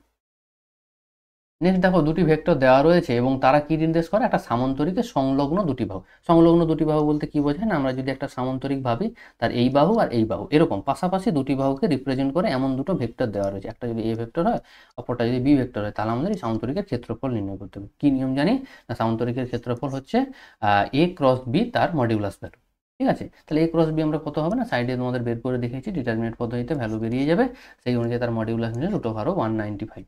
যেহেতু সামান্তরিকের ক্ষেত্রফল, ক্ষেত্রফল মানে অবশ্যই বর্গ একক লিখতে হবে, কারণ যেহেতু এখানে আমার একক মেনশন নেই, তাহলে আমরা শুধু বর্গ একক লিখে দেবো। সেমি থাকলে সেমি লিখতাম, মিটার থাকলে মিটার লিখতাম, যেহেতু কিছু মেনশন নেই তাহলে শুধুমাত্র যেহেতু ক্ষেত্রফল তাই আমরা বর্গ একক লিখবো। তার মানে আমাদের অ্যান্সার করতে হবে √195, ক্যালকুলেট করলে যা আসছে সেটা আমাদের বর্গ একক। ঠিক আছে, নেক্সট প্রশ্নটাও একেবারে সহজ দেওয়া ছিল, দুটি সরলরেখার দিক অনুপাত দেওয়া রয়েছে, তাদের মধ্যবর্তী সূক্ষ্মকোণ। এখানে কথাটা কি, এই সূক্ষ্মকোণ জায়গাটা তোমাদের একটু ফোকাস করতে হবে, কারণ আমরা জানি একটা দুটো সরলরেখা যদি একে অপরকে ক্রস করে তাহলে দুই ধরনের কোণ তৈরি হয়, একটা সূক্ষ্মকোণ আর একটা হচ্ছে স্থূলকোণ, 180 মাইনাস থিটা স্থূলকোণ তৈরি হয়। তাহলে এবার আমরা প্রশ্ন হচ্ছে কি কোণটা বেরোবে, আমাদের নর্মাল ফর্মুলা যেটা রয়েছে সেই ফর্মুলা কিন্তু সূক্ষ্মকোণ বা স্থূলকোণ যে কোনো একটা বেরোতে পারে, কারণ নর্মাল ফর্মুলাতে এই যে মডিউলাসটা বাইরে এটা কিন্তু থাকে না, শুধু cos থিটা ইকুয়াল টু দিক অনুপাতগুলির গুণফল ডিভাইডেড বাই তাদের রুট করে বর্গ করে যোগ করে রুট দিয়ে ভাগ, এই জিনিসটা কিন্তু দেওয়া থাকে। কিন্তু এবার যেহেতু সূক্ষ্মকোণ চেয়েছে, সূক্ষ্মকোণ মানে কি জানি, অলওয়েজ ভ্যালুটা আমাদের cos থিটা ভ্যালুটাকে পজিটিভ হবে, কারণ প্রথম পাদে থাকবে সূক্ষ্মকোণ মানে প্রথম পাদে থাকবে, কারণ সূক্ষ্মকোণ মানে 0 থেকে 90 এর মধ্যে, তাহলে প্রথম পাদে যদি থাকে cos থিটা পজিটিভ হবে, তাহলে সেক্ষেত্রে কিন্তু আমাদের এই মডিউলাসটা পজিটিভ রাখতে হবে, সেই মানে এই যে ভ্যালুটা পজিটিভ রাখতে হবে, সেই জন্য মডিউলাস নেওয়া হয়েছে। তাহলে আমাদের ভ্যালু ক্যালকুলেট যা ফর্মুলা আছে, দিক অনুপাতগুলির গুণফল ডিভাইডেড বাই তাদের বর্গ করে যোগ করে √1 দিয়ে ডিভাইড। ঠিক আছে, তো সেই অনুযায়ী তাহলে আমাদের ভ্যালু কত আসছে, -8/15√2 এই জিনিসটা আসছে। এবার তোমরা একটু খেয়াল করে দেখো, যদি তোমাদের মডিউলাসটা না থাকতো তাহলে মাইনাসটা থেকে যেত, তাহলে মাইনাস থাকা মানে আমাদের কী বেরোতো না, একটা স্থূলকোণ বেরিয়ে আসতো, অর্থাৎ 90 থেকে বড় ভ্যালু বেরিয়ে আসতো, কারণ cos নেগেটিভ তখনই দেয়, 90 থেকে বড় ভ্যালু হলে তখন 90 নেগেটিভ ভ্যালু দেবে। ঠিক আছে, সেই জিনিসটা আসতো, সেই জিনিসটা যাতে না হয় সেই জন্য মধ্যবর্তী সূক্ষ্মকোণ বলা হয়েছে মডিউলাস দিতে হবে। সেক্ষেত্রে আমাদের কথা হবে, মডিউলাস হলে নেগেটিভটা আর বেরোবে না, তাহলে 8/15√2। এবার কেউ ক্যান্সেল আউট করার জন্য কি √2 দিয়ে উপর নিচে রেশনালাইজ করে দিতে পারো, রেশনালাইজ করার পর 4√2/15 আসছে। তার মানে যেহেতু এটা কোনো ট্যাবুলার ভ্যালু নয়, তাহলে ডাইরেক্ট আমরা কোনো 30 ডিগ্রি 45 ডিগ্রি কোনো বলতে পারছি না, তার মানে কত হবে, theta equal to cos inverse 4√2/15, এটাই তাদের মধ্যবর্তী সূক্ষ্মকোণ। ঠিক আছে, নেক্সট দেখো বলা রয়েছে A ও B দুটি স্বাধীন ঘটনা। আমরা কি জানি, দুটো ঘটনা যদি পরস্পর স্বাধীন হয় তাহলে তাদের ইন্টারসেকশনের ভ্যালুটা আলাদা আলাদা করে প্রবাবিলিটির গুণফলের সাথে সমান হয়। এবার আমাদের প্রমাণ করতে হবে probability of A union B সমান 1 - P of A complement into B complement. দেখো প্রবাবিলিটি অফ A ইউনিয়ন বির ফর্মুলা আমরা কি জানি, PA + PB - P of A intersection B। যেহেতু স্বাধীন বলা আছে, ইন্টারসেকশন পার্টটাকে কি ইন্টু আকারে লিখতে পারবো। নেক্সট কাজ কি, লাস্ট এই দুটো পার্ট থেকে আমরা PB কমন নিতে পারবো, PB কমন নিলে 1 - PA, আবার 1 - PA মানে জানি P of A কমপ্লিমেন্ট। এইটুকু পর্যন্ত কিন্তু কোনো এক্সট্রা ট্রিক নেই বা লজিক নেই। নেক্সট হচ্ছে দেখো, আমাদের প্রমাণের ক্ষেত্রে ডান দিকে কিন্তু P of A কমপ্লিমেন্ট আর B কমপ্লিমেন্ট রয়েছে, কিন্তু আমাদের লাস্ট লাইন পর্যন্ত কি এসছে না, এই জিনিসটা এসছে, অর্থাৎ একটা P of A ও পার্ট থেকে যাচ্ছে এবং একটা P of B পার্টও থেকে যাচ্ছে। তাহলে সেই জিনিসটাকে ক্লিয়ার করার জন্য আমাদের কি করা হলো, এই যে সামনে P of A রয়েছে একে চেঞ্জ করে 1 - P of A কমপ্লিমেন্ট লেখা গেল। দেখো আমাদের এটা যদি জানা থাকে যে P of A complement equal to 1 - P of A, তাহলে এটা সাইড চেঞ্জ করলেই P of A মানেও 1 - P of A কমপ্লিমেন্ট লেখা যেতে পারে। তো সেই জিনিসটা এখানে লেখা গেল। এবার নেক্সট কী করা হলো না, এই দুটো পার্ট থেকে -P of A complement common গেল, তাহলে পুরো থাকছে 1 - PB, আর 1 - PB মানে P of B কমপ্লিমেন্ট। তাহলে দেখো আমাদের যেটা প্রুফ চাইছিল সেটা কিন্তু ইজিলি চলে আসছে। নেক্সট হচ্ছে, একটি দ্বিপদ বিভাজনের মধ্যক দেওয়া আছে এবং সম্মুখ পার্থক্য 3, এই বিবৃতিটা সত্য কিনা দাবি করেছে, মানে এটা হতে পারে কিনা। এটা যদি ভেদমান থাকতো, ভেদমান 3 দিয়ে কিন্তু অঙ্কটা তোমাদের আমি সাজেশন হিসাবে দিয়েছিলাম, বা তোমাদের যে 2 নম্বরের প্রশ্নগুলো আলোচনা করেছিলাম সেখানে কিন্তু ডিসকাস করেছি, কারণ ভেদমান 3 হওয়া সম্ভব, পসিবল। কিন্তু সমক পার্থক্য 3 হওয়া সম্ভব নয়। তাহলে শুরুটা আমরা এই জন্য করছি, যেহেতু চেক করতে হবে যে সত্য হবে কিনা, আর যদি না হয় তার কারণ কি আমাদের এটা ব্যাখ্যা করতে হবে। তাহলে ধরে নিচ্ছি যে যদি সম্ভব হয়, ধরি দ্বিপদ বিভাজনের দুটি প্যারামিটার এনপি, তাহলে আমাদের মধ্য হচ্ছে যে এনপি সমান হচ্ছে 4 এবং সমক পার্থক্য √NP কিউ, যেটাকে 3 বলে আমরা ধরে নিচ্ছি, যদি সম্ভব হয় ধরে নিচ্ছি, মানে এটা একটা কন্ট্রাডিকশন এসে আমরা হাজির হব। তো এনপি কিউ কত হবে না, বর্গ করলে 9 আসবে। এবার আমরা কিউ জিনিসটা কি জানি না, অসাফল্যের সম্ভাবনা 1 - p থাকে। এবার কিউটা পাবো কি করে না, N P Q divided by N P করলে কিউ বেরিয়ে আসবে, যেখান থেকে পাচ্ছি 9×4। এবার যেহেতু কিউটাও অসাফল্যের সম্ভাবনা, এটা কত হয়ে যাচ্ছে, >1 হয়ে যাচ্ছে। তো এখান থেকেও লজিক দিয়ে বলতে পারো যেহেতু অসাফল্যের সম্ভাবনা 1-এর থেকে বেশি, আর আমরা জানি সম্ভাবনা 1-এর থেকে বেশি হওয়া সম্ভব নয়, তাই আমাদের এই যে ধরে নেওয়াটা, অর্থাৎ ভেদমান সমক পার্থক্য 3 এবং মধ্যক 4, এটা কিন্তু হতে পারে না। তো এখান থেকেও বলতে পারো, আমি দেখিয়েছি পি দ্বারা। এবার পি মানে কত জানি, পি মানে 1 - q, তাহলে 1 - q করলে আছে -5/4, যেটা <0। আর আমরা কি জানি, পিটা কি সফলতার সম্ভাবনা, যা কখনোই ঋণাত্মক হতে পারে না। পরিষ্কার? তাহলে সেই জিনিসটা যদি হয়, তার মানে মধ্যক যে 4 আর সমক পার্থক্য 3, এটা হতে পারে না। কারণ এটা এই যে পিটার মান -5/4 এসছে, তার কারণ কি না, আমরা যদি সম্ভব হয় জোর করে ধরে নিয়েছিলাম যে দুটো প্যারামিটার এনপি এবং তার রেসপেক্টে মধ্যক 4 এবং সমক পার্থক্য 3, এটা জোর করে ধরে নিই, তাই জন্য একটা ভুল সিদ্ধান্তে আমরা এসে হাজির হয়েছি। ম্যাথামেটিক্যাল যারা রিজনিং যারা পড়েছো ক্লাস 11-এ ছিল, সেখান থেকে আমরা কি বলতে পারি যে আমরা ভুল ধরে যদি ভুল সিদ্ধান্তে আসি, তার মানে কন্ট্রাপজিটিভ ভাবে আমরা কি বলতে পারি যে সঠিক হলে সঠিক সিদ্ধান্তে আসতে পারতাম। তার মানে এখান থেকে ক্লিয়ারলি বলা যায় যে মধ্যক ও সমক পার্থক্য এটা 4 আর 3 কিন্তু হওয়া সম্ভব নয়। ঠিক আছে, নেক্সট দেখো বলা রয়েছে এই টাইপের অঙ্কটাও তোমাদের 4 নাম্বারের জন্য আমি তোমাদের রেকমেন্ড করেছিলাম, যে যারা 4 নাম্বারের যে সাজেস্টিভ বা যে ইম্পর্টেন্ট টাইপগুলো দিয়েছিলাম, তার মধ্যে কিন্তু এই টাইপটাও ছিল। কি জিনিস বলা আছে না, এ আর বি দুটো সেট বলা আছে, তার উপর একটা ফাংশন এ থেকে বিতে ডিফাইন করা রয়েছে, fx = x-2/x-3। আমাকে দেখাতে হবে এক এক উপরিচিত্রণ বা বাইজেক্টিভ আমাদের দেখাতে হবে, রাইট? তাহলে বাইজেক্টিভ দেখানোর জন্য দুটো কন্ডিশন, এক এক দেখানো এবং উপরিচিত্রণ দেখানো। এক এক দেখানোর কন্ডিশন কি না, ডোমেন থেকে দুটো পয়েন্ট আমাদের তুলে নিতে হয় এবং ধরে নিচ্ছি যে তাদের ইমেজগুলো ইকুয়াল। তাহলে আমাদের কাজ কি হবে না, ইমেজ যদি ইকুয়াল ধরে নিই, তাহলে পয়েন্টগুলো যে ইকুয়াল, সেই জিনিসটা আমাদের প্রুভ করে দিতে হয়। তাহলে fx1 = fx2 যদি ধরে নেই, fx1 এর লজিক অনুযায়ী fx1 আর fx2 লজিক অনুযায়ী fx2 বসিয়ে দিলাম, কোনাকুনি গুণ করে ক্যান্সেল আউট করার পর দেখো আমরা ইজি ক্যালকুলেশন, এই ক্যালকুলেশনগুলো এক্সপ্লেন করার কিছু নেই, একদম সহজ ক্যালকুলেশন রয়েছে, যে চাইছো দেখতে পারো। তো ক্যালকুলেশন করার পর দেখো ইজিলি প্রুফ হয়ে যাচ্ছে, কোনো এক্সট্রা লজিক আর দিতে হচ্ছে না, ইজিলি প্রুফ করতে পারছি x1 = x2। তার মানে আমরা কি না, ইমেজগুলো ইকুয়াল ধরেছিলাম, সেখান থেকে পাচ্ছি পয়েন্টগুলো ইকুয়াল, তার মানে আমরা এক এক চিত্রণ এফটা সেটা আমরা বলতে পারবো। নেক্সট কি উপরিচিত্রণ, উপরিচিত্রণের লজিকটার জন্য একটু ভালো করে তোমাদের খেয়াল করতে হবে যে প্রত্যেকটা মনে লিখেছো কিনা তোমরা। উপরিচিত্রণের নিয়ম কি না, এ থেকে বিতে যদি ডিফাইন করা থাকে কোনো একটা ফাংশন, তাহলে আমাদের কি করতে হবে, একটা পয়েন্ট y বি থেকে তুলতে হবে এবং ধরে নিতে হবে যে fx = y হচ্ছে। এবার প্রশ্ন হচ্ছে এই এক্স আমরা কোথায় পাবো না, আমাদের দেখাতে হবে এই এক্সটাই আমাদের এ সেটের মধ্যে আছে। তার মানে প্রত্যেকটা ওয়াইয়ের জন্য আমার এমন একটা এক্স পাবো যে এক্সটা এ সেটের মধ্যে থাকবে, অর্থাৎ ডোমেনে থাকবে, তার মানে একটা করে প্রাকবিম্ব আমরা অ্যাটলিস্ট পাবো। এই জিনিসটা আমাদের দেখাতে হবে। কিন্তু প্রশ্ন হচ্ছে আমি যে fx = y ধরে নিলাম, তাহলে কি এই এক্সটা আমরা এ থেকে ধরে নিচ্ছি না, একেবারেই না। আমরা সেটাই দেখাবো যে এখান থেকে ক্যালকুলেট করে যে এক্স এর ভ্যালুটা পাওয়া যায়, সেই এক্সটা অ্যাকচুয়ালি এতে আছে, আমরা ধরছি না, আমরা জাস্ট ধরছি যে কোনো না কোনো একটা এক্স এর ভ্যালুর জন্য fx = y পাওয়া যায়। এবার সেই এক্সটা আমাদের এরকম বাইরেও হতে পারে, এ সেটের বাইরেও হতে পারে, কিন্তু আমাদের দেখাতে হবে এটা যে এ সেটের বাইরে নয়, অ্যাকচুয়ালি ওটার ভেতরে। তাহলে দেখো সেভাবেই শুরু করা হয়েছে যে fx = y ধরে নিলাম, তাহলে fx এর শর্ত অনুযায়ী x-2/x-3 বলা রয়েছে।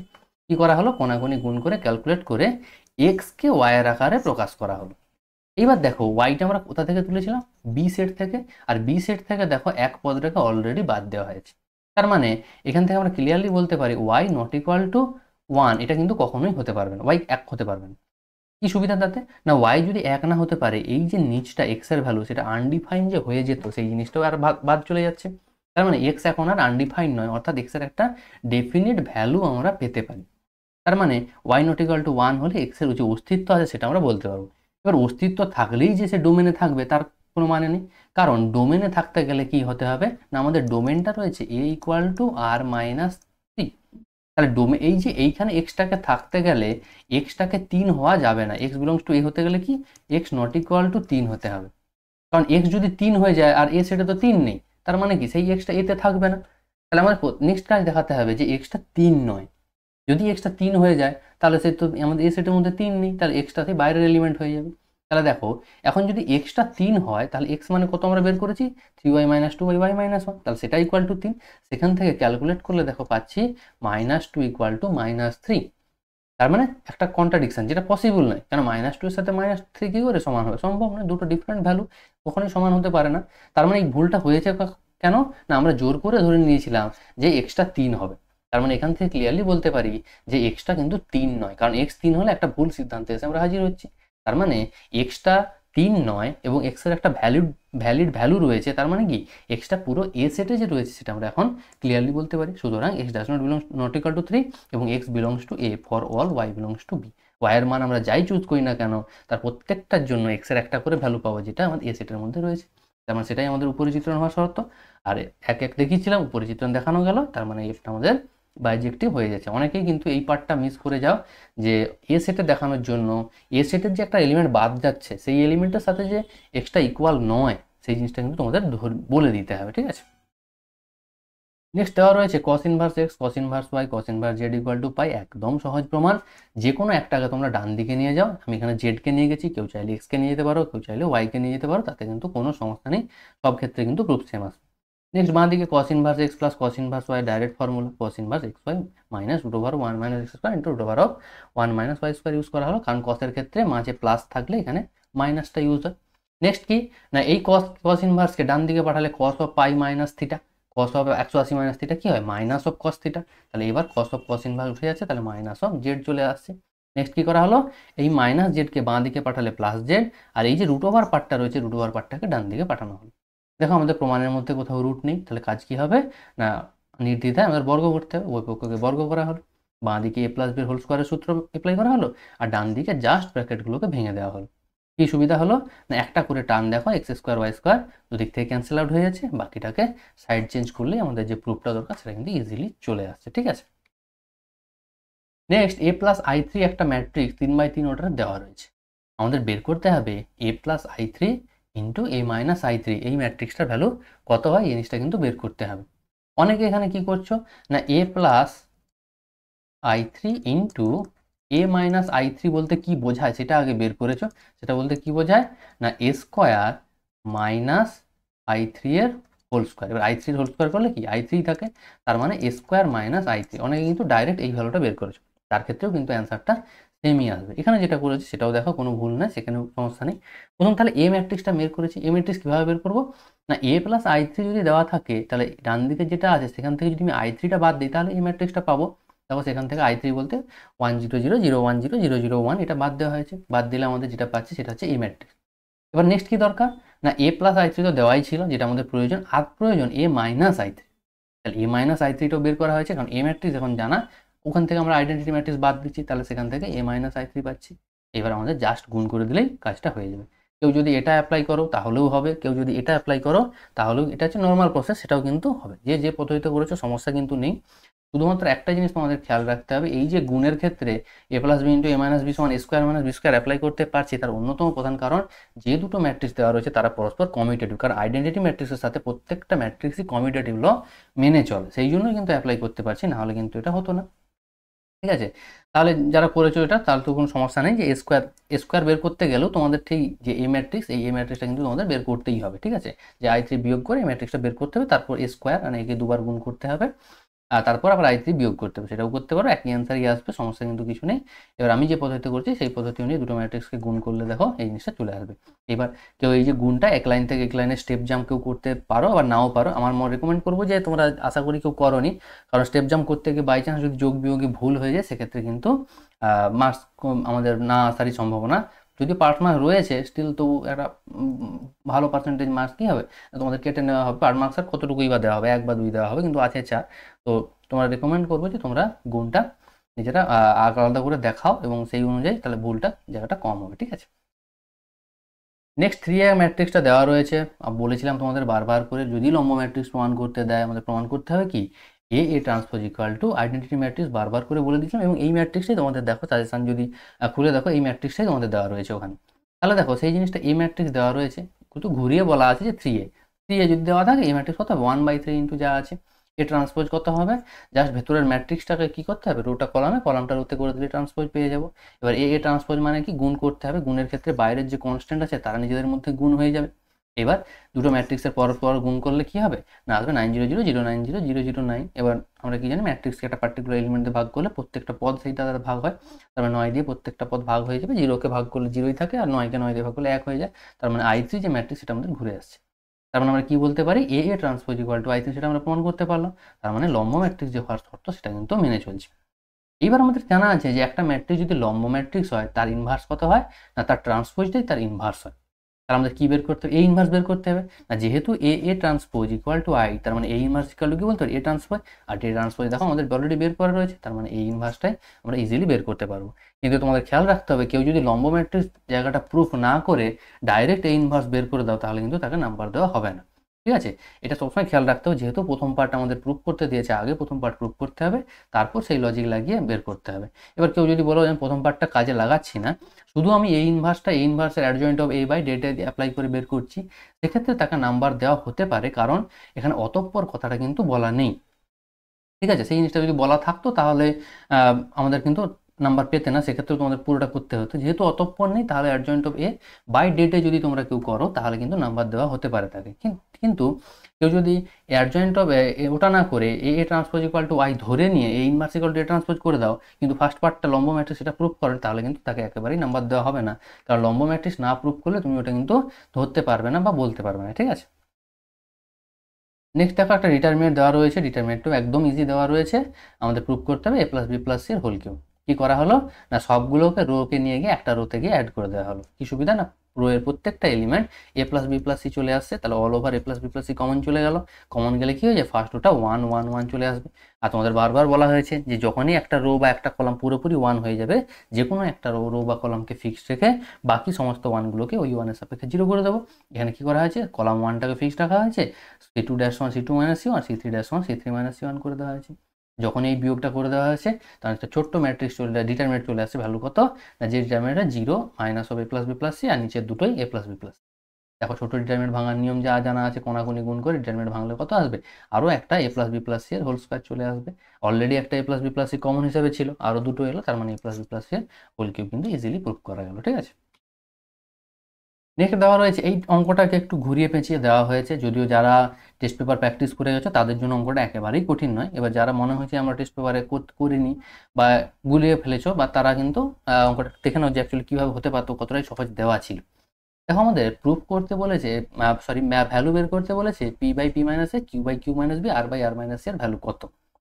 দেখো প্রথম কলামটা যদি দেখো, তাহলে সেখানে পি এ রয়েছে, অর্থাৎ পি রিলেটেড যে টার্মটা আছে সেটা কিন্তু প্রথম কলাম থেকে বানানো যাবে। কিভাবে না, প্রত্যেকটাকে পি মাইনাস এ দ্বারা ভাগ করি, কারণ পি মাইনাস এ দ্বারা যদি ভাগ করি তাহলে পি বাই পি মাইনাস এ চলে আসবে। এবার বলতে পারো যে এ বাই পি মাইনাস এ চলে আসবে, তাকে কি করবো সেটা তোমাদের পরের স্টেপে দেখিয়েছি, যে ওকেও আমরা চেঞ্জ করে পি বাই পি মাইনাস এ কিন্তু বানাতে পারি। ঠিক আছে, সেই জিনিসটা আমাদের অ্যাপ্লাই করা হয়েছে। একই রকমভাবে দ্বিতীয় কলামটা যদি দেখো, দ্বিতীয় কলামে Q by Q minus B বানানো যেতে পারে, আর তৃতীয় কলামে R by R minus C বানানো যেতে পারে। কি করতে হবে তার জন্য, প্রথম দ্বিতীয় তৃতীয় স্তম্ভকে যথাক্রমে AP minus A, Q minus B, R minus C দ্বারা ভাগ করবো। এবার তোমরা বলবে যে ডিটারমিনেন্টকে ভাগ করলে মানের পরিবর্তন হয়, সেই মান ব্যালেন্স করার জন্য তো আমাদের বাঁ দিকে গুণ করতে হতো। কিন্তু দেখো যেহেতু ইকুয়াল টু 0 বলা আছে, তাহলে সেই ভাগটা আমরা কি করবো, উভয় পক্ষে করে দেবো। ডান দিকে 0কে আমরা যাকে দিয়ে ভাগ করি না কেন, সেক্ষেত্রে ভ্যালু কত আসবে, 0 আসবে। আদারওয়াইজ কিন্তু এই যে তোমাদের যেটা বলছো সেটা ঠিক, যে সামনে একটা পি মাইনাস এ, পি মাইনাস বি, এই কিউ মাইনাস বি ইন্টু আর মাইনাস সি, এটা কিন্তু সামনে গুণ থাকতে হতো, কারণ না হলে ভ্যালুটা কিন্তু পরিবর্তন হয়ে যেত। যেহেতু 0 রয়েছে, আর a not equal to p, b q not equal to b, আর c not equal to r, এটা বলা রয়েছে, তার মানে এটাতে আমরা ইজিলি ডিভাইড করতে পারি। সেই জন্য আমাদের কিন্তু ওই ভ্যালুটা কিন্তু গুণ করা হচ্ছে না। নেক্সট কি না, নেক্সট দেখো প্রত্যেকটা কলামকে একটা কলামে এনে যোগ করা হলো। আমি কোন কলামে করেছি, ফার্স্ট কলামে করি, কেউ চাইলে যে কোনো কলামে করতে পারো, সেটা কিন্তু সমস্যা নেই। কিন্তু কলামে করার পরেও কিন্তু দেখো আমরা কমন নিতে পারছি না, কারণ একটু ভালো করে দেখো, পি বাই পি মাইনাস এ এটা রয়েছে B by Q minus B, কিন্তু আমাদের দরকার কি Q by Q minus B.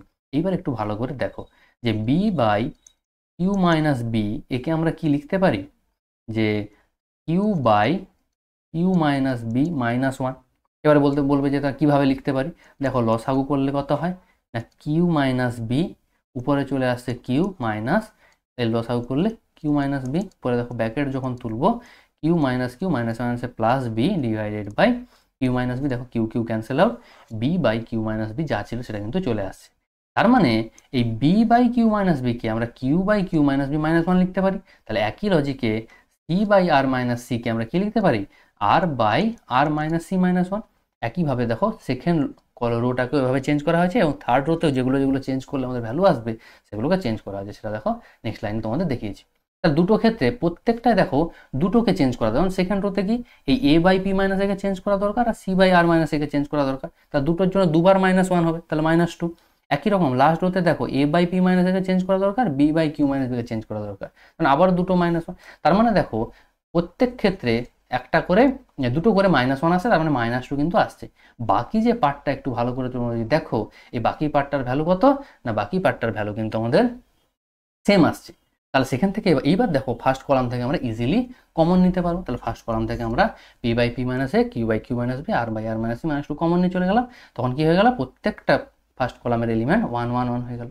এবার কি করছি না, বারবার এই জিনিসটা যাতে টুকতে না হয়, এই যে সাইডে যে ডিটারমিনেন্ট এই ভ্যালুটা আমরা আলাদা করে বের করছি। তাহলে এখন বলে শুরু করলাম যে ওই ডিটারমিনেন্টের ভ্যালুটা কত না বের করা সহজ, টেকনিক তোমাদের বলেছিলাম যে কোনো একটা ওয়ানকে ফিক্সড রাখো, বাকি ওয়ানগুলোকে জিরো করো। সেই জিনিসটা অ্যাপ্লাই করা হলো যে আর to dash one R two minus one, R three dash one R three minus R one, বিয়োগ করলে জিরো জিরো চলে আসছে। এবং সেক্ষেত্রে দেখো যে ছোট্ট ডিটারমিনেন্টটা আছে তার ভ্যালু কত, ওয়ান জিরো জিরো ওয়ান, অর্থাৎ আইডেন্টি ভ্যালু, আইডেন্টি ডিটারমিনেন্ট যার ভ্যালু ওয়ান। তার মানে এই যে পুরো ডিটারমিনেন্ট তার ভ্যালু কত, পুরো ডিটারমিনেন্টের ভ্যালুটা কিন্তু আমরা ইজিলি ওয়ান পাচ্ছি। তার মানে সেখান থেকে কি বলতে পারি, এই যে এই পুরো পার্টটা ছিল সেটা ইন্টু ওয়ান আসছে, তার মানে বলতে পারি এটা ইকুয়াল টু জিরো। সেই জিনিসটা দেখো পরে বলা হয়েছে, অতএব এক নম্বর থেকে পাই এটা ইকুয়াল টু জিরো। তাহলে ওটা যদি জিরো হয় তাহলে P by P minus A, Q by Q minus B plus R by R minus C value কত হবে, এই মাইনাস টুটাকে ডান দিকে পাঠাও, ডান দিকে পাঠালে টু। তাহলে আমাদের এর মান কত হয়ে যাচ্ছে, এখানে এটা নিয়ে আমাদের মান নির্ণয় করতে দেওয়া ছিল, এর মানটা কিন্তু টু। কেউ যদি ডাইরেক্ট মনে করো আমি ডিটারমিনেন্টকে ভেঙে বের করবো, তাহলে কিন্তু এই মান আর বের করতে পারবে না, অনেক বেশি ডিফিকাল্ট হয়ে যাবে। তোমাদের কিন্তু প্রসেস অ্যাপ্লাই করে বের করতে হবে। হিন্ট কোথা থেকে পাবে, দেখো যেটা প্রমাণ করতে দিয়েছিল সেখান থেকে আমরা হিন্ট পাবো যে পি এর নিচে পি মাইনাস এ, কিউ এর নিচে কিউ মাইনাস বি, আর এর নিচে আর মাইনাস সি। এটা যারা বাড়িতে প্র্যাকটিস করে গেছো এই টাইপটা তাদের জন্য ইজি হয়েছে, আর যারা করোনি তাদের রিলেটিভলি মনে হয়েছে একটু কঠিন, তারা প্রথমটা নিশ্চয়ই করেছো, ঠিক আছে। নেক্সট দেখো এফ এক্স বলা আছে টু মাইনাস এক্স কখন না, এক্স যখন লেসার ইকুয়াল টু জিরো, আর টু প্লাস টু এক্স যখন এক্স গ্রেটার দেন জিরো। তাহলে আমাদের দেখাতে হবে জিরো বিন্দুতে সন্তত কিন্তু এফ ড্যাশ জিরোর অস্তিত্ব নেই, অর্থাৎ অবকলনযোগ্য নয়। আমরা কখনোই বলতে পারি না যে সন্তত হলেই অবকলনযোগ্য হবে, কিন্তু উল্টোটাই প্রমাণ করলাম, প্রশ্নপত্রে দেওয়া ছিল যে অবকলনযোগ্য হলে সন্তত হবে, সেটা আমরা প্রুভ করলাম।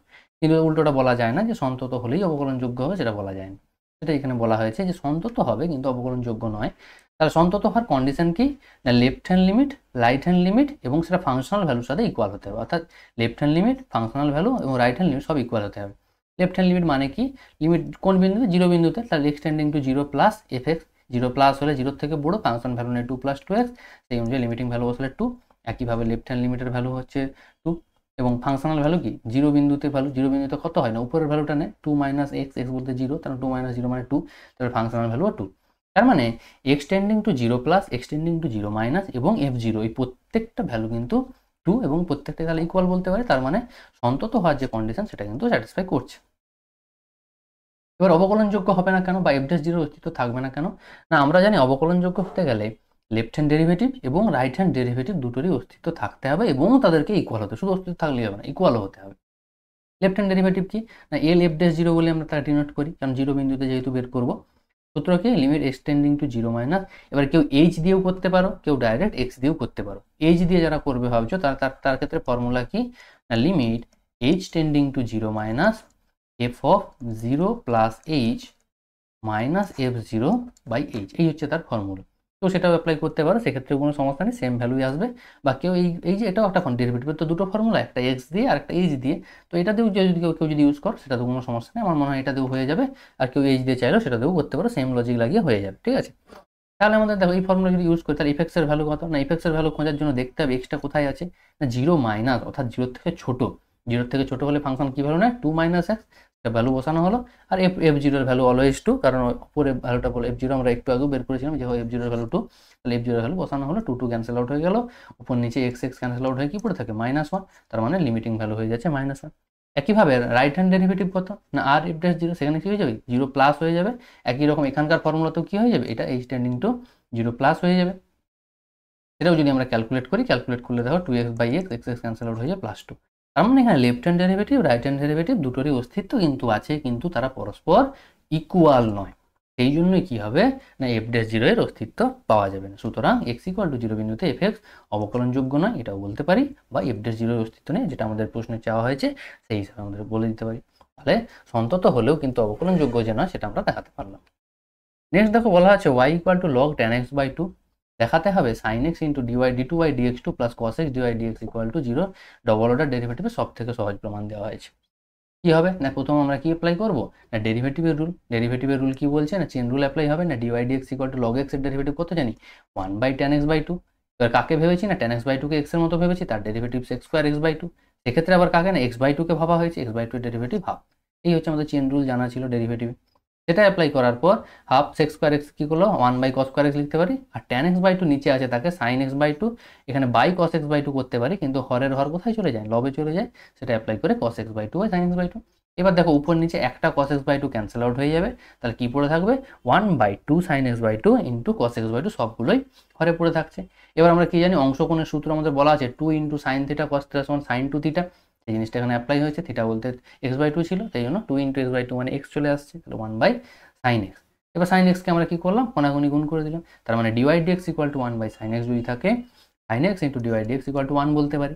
কিন্তু আমাদের দেখো প্রমাণে কি আছে না ডবল অর্ডার ডেরিভেটিভ বের করতে হবে, তার differentiating again with respect to x করা হলো, আমাদের ইউভি ফর্মুলা অ্যাপ্লাই করা হলো, সাইন এক্স এর derivative cos x into dy dx constant plus sine x constant into dy dx এর derivative two by dx two, আর ডান দিকে 1 এর ডেরিভেটিভ কত হবে না 0। দেখো একবারে আমাদের ডাইরেক্ট কিন্তু প্রুফটা চলে এলো, তাহলে খুব সহজেই 4 নাম্বার পাওয়া যাবে। ঠিক আছে, নেক্সট আমাদের যে ডেফিনিট ইনডিফিনিট ইন্টিগ্রাল অর্থাৎ অনির্দিষ্ট সমাকলন দেওয়া ছিল সেটাও ইজি, কিন্তু এই টাইপটা তার জন্য প্র্যাকটিস করে যেতে হবে। এই টাইপটা কিন্তু তোমাদের টেস্ট পেপারে প্রচুরবার ছিল, এবং যারা যারা ইনডিফিনিট ইন্টিগ্রাল করেছো আশা করি তারা, আমি তোমাদের ইনডিফিনিট ইন্টিগ্রালের কোনো সাজেশন দিইনি কারণ তোমাদের বলেছিলাম যে 4 নম্বরের জন্য কিন্তু হিউজ প্র্যাকটিস করতে হবে, কিন্তু একেবারেই এতটা সহজ চলে আসবে এটা ভাবা যায়নি।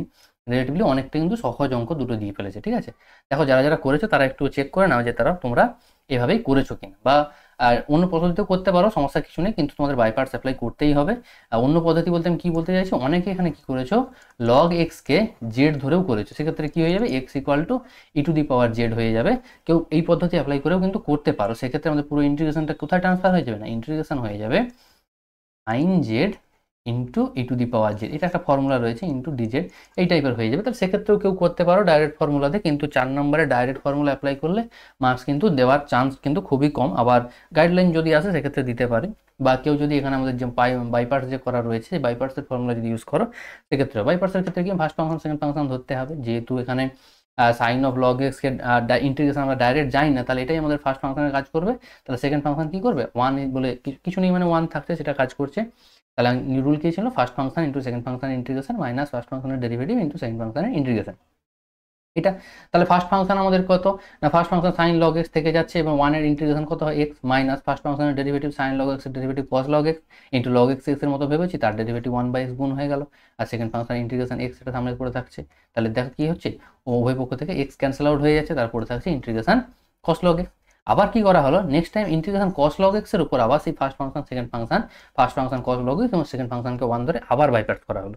সেক্ষেত্রে কি আসছে না সেক্ষেত্রে যে সেকেন্ড পার্টের যে ইন্টিগ্রেশন সেই ইন্টিগ্রেশনটা পুনরায় আমাদের আগে যে ইন্টিগ্রেশন ছিল সেই ইন্টিগ্রেশনটাই ঘুরে আসছে, তাই সেই জন্য আমাদের আই ধরে যে শুরু করেছিলাম তাহলে বলতে পারি কি মাইনাস অফ আই আবার ঘুরে এসছে। এবার যখনই আমরা পুরো ইন্টিগ্রেশনটাকে তুলে দিচ্ছি সেই জন্য কি না ইন্টিগ্রেশন কনস্ট্যান্ট আসবে, সেই ইন্টিগ্রেটিং কনস্ট্যান্টকে একবারে 2c ধরে নিয়েছি। কেউ চাইলে শুধু c ধরতে পারো, তাহলেও কোনো সমস্যা নেই। কেন 2c ধরছি তোমরা তোমাদের বোঝাচ্ছি, বুঝলেই বুঝতে পারবে। যে আইকে যদি আমরা বাঁ দিকে নিয়ে যাই কত হবে আই প্লাস আই 2i চলে আসবে, তার 2i ইকুয়াল টু এখানে যে দুটো পার্ট রয়েছে এখান থেকে আমি এক্স কমন নিতে পারি, যেহেতু দুটোর কাছেই আমাদের এক্স ছিল, তাহলে এক্স কমন নিলে x sign log X minus cos log X plus 2c। তাই যখনই 2 দিয়ে ডিভাইড করো, কারণ আমাদের তো আই এর ভ্যালু প্রয়োজন, তাই আই 2 দিয়ে যখন ডিভাইড করছি তাহলে আই চলে আসছে X by 2 into sine log X minus cos log X plus এই 2c বাই 2তে ওই শুধু c আসছে, কারণ লাস্টে শুধু c এলে দেখতে ভালো হয়। এবার যদি কেউ প্রথম থেকে c ধরতে তার c বাই 2 আসতো, তাতেও কোনো সমস্যা নেই। আবার কেউ c বাই 2কে c ড্যাশটা ধরে দিতে পারতো, তাতেও কোনো সমস্যা কিন্তু ছিল না। ঠিক আছে, নেক্সট হচ্ছে আমাদের কি না integration root cot X minus root tan X, এটা আমাদের দেওয়া রয়েছে, তার ভ্যালু বের করতে হবে। এই ইন্টিগ্রেশনটা একদম সহজ, কিন্তু যারা বিবিধ প্র্যাকটিস করেছো বা বিশেষ আকারে সমাকলন প্র্যাকটিস করেছো তারাই কিন্তু করতে পারবে, আদারওয়াইজ কিন্তু মানে এই টাইপটা কিন্তু নর্মাল কোনো অঙ্কের টাইপের নেই, তো এটা তাদের ক্ষেত্রে ডিফিকাল্ট মনে হতে পারে, এলস কিন্তু অঙ্কটা কিন্তু একেবারে সহজ আছে। কি করা হলো, কট মানে আমরা জানি কস বাই সাইন, তার মানে কি রুট ওভার কট এক্স মানে root over cos x by root over sine x. একইভাবে রুট ওভার টেন এক্স মানে root over sine x by root over cos x. পক্ষে লসাগু করা হলো, লসাগু করলে আমাদের কত আসছে, root over of sine x into cos x, উপরে হচ্ছে cos x root cos x into root cos x মানে cos x minus root sine x into root sine x মানে শুধু সাইন এক্স হয়ে যাচ্ছে। এইবার প্রশ্ন হচ্ছে যে উপরটাতে আমাদের কার ডেরিভেটিভ, মানে উপরটা আমাদের sine X plus cos X এর ডেরিভেটিভ। কারণ তোমরা যদি একটু খেয়াল করে দেখো, sine X plus cos X এর ডেরিভেটিভ হচ্ছে, সাইন এক্স এর ডেরিভেটিভ হচ্ছে কস এক্স, আর কস এক্স এর ডেরিভেটিভ হচ্ছে মাইনাস সাইন এক্স। তার মানে cos x minus sine X এটা sine X plus cos X এর ডেরিভেটিভ। তাহলে নিচটাকে যদি আমি sine X plus cos X এর আকারে প্রকাশ করতে পারি, তাহলে জেড ডিজেড যে ফর্ম, সেই জেড ডিজেড ফর্মটা কিন্তু আনতে পারবো। কিন্তু sine X plus cos X আনবো কি করে নিচে, না দেখো যদি আমরা একটা উপর নিচে 2 দিয়ে গুণ করি, তাহলে এখানে একটা 2 দিলাম, কিন্তু রুটের ভেতর 2 দেওয়া মানে রুট 2 দিয়ে ভাগ করা, তাহলে সেটাকে অ্যাডজাস্ট করার জন্য রুট 2 দিয়ে গুণও করতে হবে। সেই জিনিসটা দেখো পরের লাইনে করা হয়েছে। কি সুবিধা, না রুট 2 সাইন এক্স কস এক্সকে আমরা লিখতে পারি সাইন 2x। তাহলে এতেই বা কি সুবিধা, দেখো সাইন 2x এর সাথে যদি আমরা +1 করি, 1 প্লাস সাইন 2x মানেই কিন্তু sine X plus cos X এর হোল স্কোয়ার। ঠিক আছে, তাহলে সেই জিনিসটা আমরা এখানে অ্যাপ্লাই করবো। তার মানে আমাদের নিচে যেটা দরকার, আমরা চেয়েছিলাম কি না sine X plus cos X এর আকারে লেখা, সেই জিনিসটা কিন্তু আমরা লিখতে পারবো যদি এই সাইন 2x এর সাথে একটা +1 আর -1 করে দিই। তাহলে সেই আকারে লেখা হলো। এরপর কি করা হলো, না সাইন এক্স প্লাস কস এক্সকে জেড ধরে নেওয়া হলো। তার মানে উপরেই আমাদের ডিজেড চলে আসছে, তাহলে dz by root over z square -1 এটা আসছে। ইন্টিগ্রেশনের ফর্মুলা কি, না log mod z plus root over z square -1। Log মডের অ্যাকচুয়ালি এটা ফর্মটা হচ্ছে integration dx by root over of x square minus A square. কি ছিল, log mod x plus root over of x square minus A square. তাহলে এখানে বলতে Z রয়েছে, সেই অনুযায়ী ভ্যালু বসানো হলো, C equal to integrating constant, লাস্টে জেডের ভ্যালু যা ছিল বসিয়ে দেওয়া হলো। এবার জেড স্কোয়ার -1 এর ভ্যালু ডাইরেক্ট বসানো হয়েছে, সাইন 2x তোমরা ক্যালকুলেট করে বসাবে, আলটিমেট সাইন 2xই আসবে। ঠিক আছে, নেক্সট দেখো সমাধান করে দেওয়া ছিল x plus 2y³ dy dx equal to y, দেওয়া আছে x equal to 1, y equal to -1। অর্থাৎ লাস্টের কন্ডিশনে দেওয়া আছে কেন, না আমাদের ইন্টিগ্রেশন করলে ইন্টিগ্রেটিং কনস্ট্যান্ট আছে, সেই ইন্টিগ্রেটিং কনস্ট্যান্টের ভ্যালুটা যাতে আমরা বের করতে পারি। দেখো এটাকে আমরা স্ট্যান্ডার্ড ফর্মে প্রথম পুট করা হলো। স্ট্যান্ডার্ড ফর্মটা কি, না dx dy প্লাস px সমান q, যেখানে pqটা y এর ফাংশন, সেই ফর্ম। এটা কিন্তু ডিওয়াই ডিএক্স ফর্ম নয়, dx dy ফর্ম। তোমরা যদি ক্যালকুলেশনটা দেখো তাহলে বুঝতে পারবে এটা dx dy ফর্মে চলে এসেছে।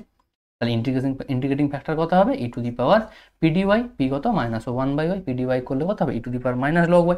এবার এখান থেকে ক্যালকুলেশনটা কি করা হলো, না লগের ভেতর আমরা কোনো পাওয়ার থাকলে সেটা বাইরে বেরিয়ে আসে যেমন জানি, তেমনি বাইরে পাওয়ার থাকলে সেটা লগের পাওয়ারে তোলা যায়। তাহলে log y to the power -1। তার মানে এবারে ই টু দি পাওয়ারের রেসপেক্টে যদি লগ থাকে তাহলে ই ক্যান্সেল আউট হয়, শুধুমাত্র y টু দি পাওয়ার -1, আর y টু দি পাওয়ার -1 মানে কি 1/y। তার মানে আমাদের ইন্টিগ্রেটিং ফ্যাক্টর হচ্ছে 1/y। নেক্সট আমরা কি রুল জানি, না উভয় পক্ষকে ইন্টিগ্রেটিং ফ্যাক্টর দিয়ে গুণ করে দিতে হয়। তাই 1 নম্বরের উভয় পক্ষকে 1/y বা কেউ ইন্টিগ্রেটিং ফ্যাক্টর দিয়ে গুণ করে পাই লিখতে পারো। তাহলে বাঁ দিকটা কি ফর্ম চলে আসে, না বাঁ দিকটায় যেটা আমাদের ডিপেন্ডেন্ট ভেরিয়েবল, এক্ষেত্রে dependent variable x into integrating factor চলে আসে। তাহলে x ইন্টু ইন্টিগ্রেটিং ফ্যাক্টর বলতে 1/y, তাহলে x/y চলে আসছে ইন্টু dy সমান ডান দিকে ইন্টিগ্রেটিং ফ্যাক্টর দিয়ে গুণ করলে আসছে 2y। Next variable separation, dy ডান দিকে পাঠানো হলো, উভয় পক্ষে ইন্টিগ্রেশন করলে d of Y by x, x by y derivative integration হচ্ছে x/y প্লাস 2y এর ইন্টিগ্রেশন হচ্ছে y square plus integrating constant. এবার এই ইন্টিগ্রেটিং কনস্ট্যান্ট বের করার জন্য কন্ডিশন দেওয়া আছে কি, না x equal to 1, y equal to -1, সেটা বসানো হলো। তাহলে c এর ভ্যালু পাচ্ছি -2। ফাইনালি আবার লাস্টে গিয়ে আমাদের c এর ভ্যালুটা বসিয়ে দিতে হবে। তার মানে আমাদের সমাধান কত চলে আসছে, x/y equal to y square -2। ঠিক আছে, নেক্সট দেখো আমাদের সমাধান বের করতে বলেছে যে X dx plus Y dy plus X dy minus Y dx by x square plus Y square equal to 0, আর এখানে দেওয়া আছে X equal to 1, Y equal to 1। এটা একটা স্পেশাল ফর্ম টাইপের অঙ্ক। স্পেশাল ফর্মের কয়েকটা অঙ্ক ছিল যেখানে কি, না এক্স ডিওয়াই প্লাস ওয়াই ডিএক্সকে ডি অফ এক্স ওয়াই লেখা যায়, এক্স ডিএক্সকে লেখা যায় half of x square d of x square. সেই টাইপের ফর্ম রয়েছে, কেউ স্পেশাল ফর্ম ইউজ করতেও পারো, না করলেও কিন্তু অসুবিধা কিছু নেই। কিন্তু এই যে ডিভাইডেড ওই পার্টটা এখানে স্পেশাল ফর্ম লাগবেই, না হলে কিন্তু হবে না। তাহলে প্রথম পার্টটা দেখো, এক্স ডিএক্স এর ডাইরেক্ট ইন্টিগ্রেশন জানা, তাহলে এটা নিয়ে আমরা ভাবছি না। ওয়াই ডিওয়াই এর ইন্টিগ্রেশনও ডাইরেক্ট জানা, অসুবিধা নেই। এবার প্রশ্ন হচ্ছে এই পার্টটা ডাইরেক্ট ইন্টিগ্রেশন পসিবল নয়। কি করা হলো, এই জন্য এর উপর নিচকে এক্স স্কোয়ার দিয়ে ডিভাইড করা হলো। কি সুবিধা, না উপরটা দেখো D of Y by X form, D of Y by X form. দেখো যারা খুঁজে পাচ্ছ যে কিভাবে হচ্ছে তাহলে দেখিয়ে দিই। U by V form, U by V এর নিচের ডেরিভেটিভ, নিচেরটা স্কোয়ার হয়েছে তাহলে এক্স স্কোয়ার হয়ে যাচ্ছে। উপরে কি হয়, না উপরে উপরটার ডেরিভেটিভ ওয়াইয়ের derivative d y into x constant minus নিচেরটার ডেরিভেটিভ মানে d x into y constant, এই জিনিসটা হয়ে যায়। দেখো সেই জিনিসটাই আছে, x dy minus Y dx. তার মানে পুরো উপরটাকে আমরা তোমার চেঞ্জ করে লিখতে পারি d of Y by x, এটাই আমাদের স্পেশাল ফর্মে ছিল, তাহলে উপরটাকে d of Y by x লিখতে পারছি। কিন্তু নিচে এক্স স্কোয়ার দিয়ে ডিভাইড করার জন্য যদি আমরা স্প্লিট করি তাহলে x square by x square হয়ে যাচ্ছে 1, আর y square by x square হয়ে যাচ্ছে ওয়াই বাই এক্স এর হোল স্কোয়ার। তার মানে সেটাও ওয়াই বাই এক্স আকারে চলে আসছে। তার মানে এই যে ফর্মটা, এই ফর্মটা কীরকম ফর্ম হয়ে যাচ্ছে, dx by 1 plus x square, এই ফর্মে চলে আসছে। তার মানে এর ইন্টিগ্রেশন এখন পসিবল। তার মানে বোথ সাইডে এবারে ইন্টিগ্রেটিং করে দিতে পারি। ইন্টিগ্রেটিং করলে প্রথমটা এক্স স্কোয়ার বাই 2, পরেরটা ওয়াই স্কোয়ার বাই 2। নেক্সটটা কি না 1 by a tan inverse x by a বলতে এখানে 1 আছে, তাহলে tan inverse x by x বলতে কাজ করছে ওয়াই বাই এক্স সমান সি। আবার এই সি এর ভ্যালুর জন্য কি বলা আছে না X equal to 1 Y equal to 1 বলা আছে, সেটা বসানো হলো। বসানোর পর দেখো সি এর ভ্যালু পাচ্ছি 1 প্লাস পাই বাই 4, কারণ 1 যখন বসাবো এটা আসবে হাফ, এটাও হাফ, তাহলে হাফ প্লাস 1 হাফ 1, আর ট্যান ইনভার্স 1 বাই 1 মানে ট্যান ইনভার্স 1 মানে পাই বাই 4, তার মানে সি এর ভ্যালু পাচ্ছি 1 প্লাস পাই বাই 4। ফাইনালি এখানে আবার সি এর ভ্যালু এনে তোমরা বসিয়ে দাও পাই বাই 4 প্লাস 1, সেখান থেকে আমাদের ফাইনাল যে অ্যান্সার সেটা কিন্তু চলে আসছে। ঠিক আছে, নেক্সট দেখো এবিসি তিনটে ভেক্টর বলা আছে এবং শর্ত কি না এমনভাবে যে a plus lambda B vector R C vector পরস্পর লম্ব। আমরা কি জানি দুটো ভেক্টর যদি পরস্পর লম্ব হয় তাহলে তাদের ডট প্রোডাক্টটা 0 হয়।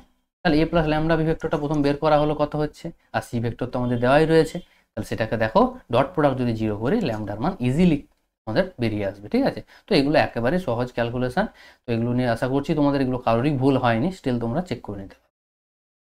নেক্সট দেখো এই টাইপের প্রমাণটা তোমাদের একটু ভুল আছে, আশা করছি যারা অ্যাটেম্প করেছো তোমাদের কিন্তু সবাইকে মার্কস দেওয়া হবে। ঠিক আছে, কারণ এই টাইপের প্রমাণটা তোমাদের দেওয়া ছিল বইতে যে a plus b dot b plus c cross c plus a, অর্থাৎ a plus b b plus c আর সি প্লাস এ এদেরকে ডট প্রোডাক্ট করলে কি হয় 2abc হয়।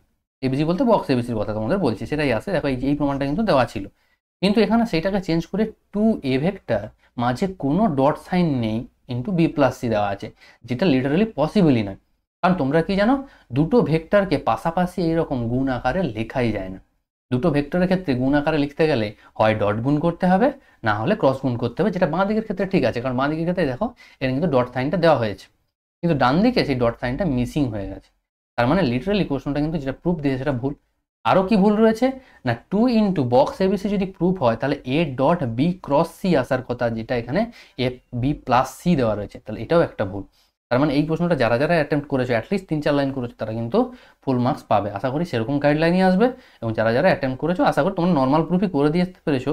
এবার কেউ কেউ এখানে যখন দেখে যে লাস্টে আমাদের উত্তর আসছে না, আমাদের অন্য অ্যান্সার আসে, লাস্টে যেটা উত্তর চাইছে ওটাকে লিখে দিয়ে চলে আসে, সেক্ষেত্রে সমস্যা কিছু নেই, যেহেতু প্রশ্ন ভুল আছে নাম্বার পাবে, কারণ তোমার তো প্রথমের ক্যালকুলেশনটা তো করছোই, সেক্ষেত্রে নাম্বার দেওয়া হবে। কিন্তু প্রশ্নটা ভুল আছে, আশা করি তোমরা যখন করেছো করতে গিয়ে দেখতে পেয়েছো যে প্রশ্নটা কিন্তু ভুল আছে। বেসিক টেকনিক কি না ভেতরে যে ক্রস প্রোডাক্ট দেওয়া আছে সেই ক্রস প্রোডাক্টটাকে প্রথম ভেঙে নিতে হবে, ভাঙতে গিয়ে দেখা যাবে একটা সি ক্রস সি আসবে যার ভ্যালু 0, কারণ কোনো ভেক্টরকে তার নিজের সাথে যদি ক্রস প্রোডাক্ট করা হয় তাহলে ভ্যালু কত হয় না 0 হয়ে যায়, কারণ তাদের মধ্যবর্তী কোণ 0 হয় আর সাইন 0 ভ্যালু 0 হয়ে যায়, সেক্ষেত্রে 0 হয়ে যায়। নেক্সট কি না বাইরে যে এ প্লাস বি রয়েছে সেটা দিয়ে স্প্লিট করে দিতে হবে ডট প্রোডাক্টটা।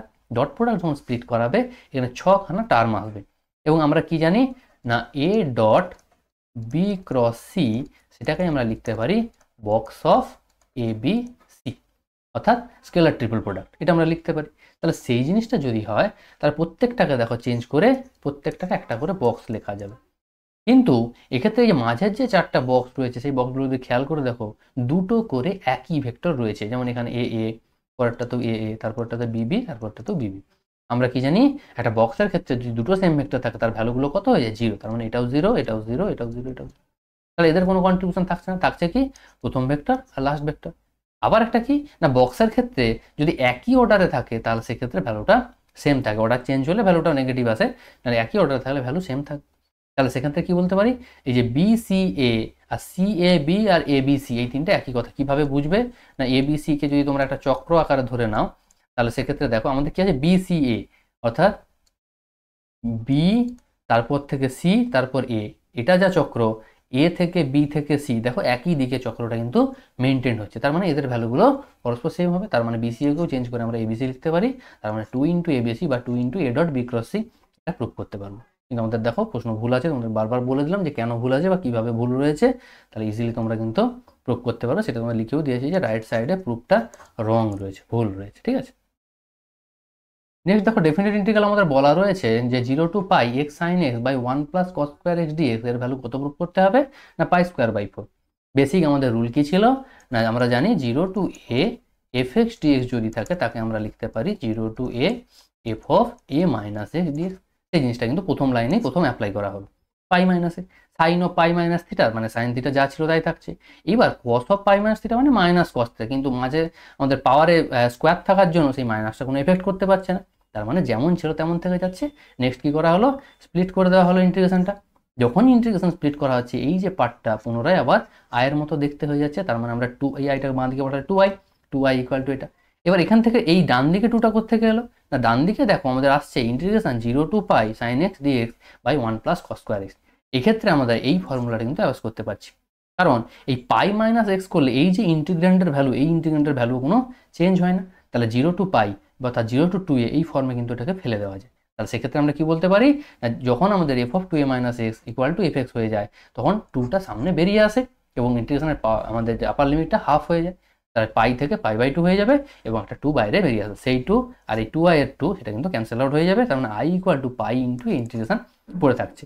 নেক্সট দেখো সেটাকে কীভাবে ক্যালকুলেট করা হলো, দেখো সাইন এক্সকে আমরা ডি অফ কস এক্স লিখতে পারি, কিন্তু সমস্যা কোথায় না কস এক্সের ডি নিলে মাইনাস আসে, তার মানে একটা আমাদের অ্যাডিশনাল সামনে মাইনাস দিতে হবে অ্যাডজাস্টমেন্টের জন্য। তাহলে ইন্টিগ্রেশনটা কী ফর্মে চলে আসছে না dx by 1 plus x square integration এই ফর্ম। তাহলে 1 by a tan inverse x by a সেই ফর্ম। তাহলে 1 বাই এ বলতে এ তো 1 রয়েছে, তাহলে ট্যান ইনভার্স এক্স বলতে কস এক্স কাজ করছে।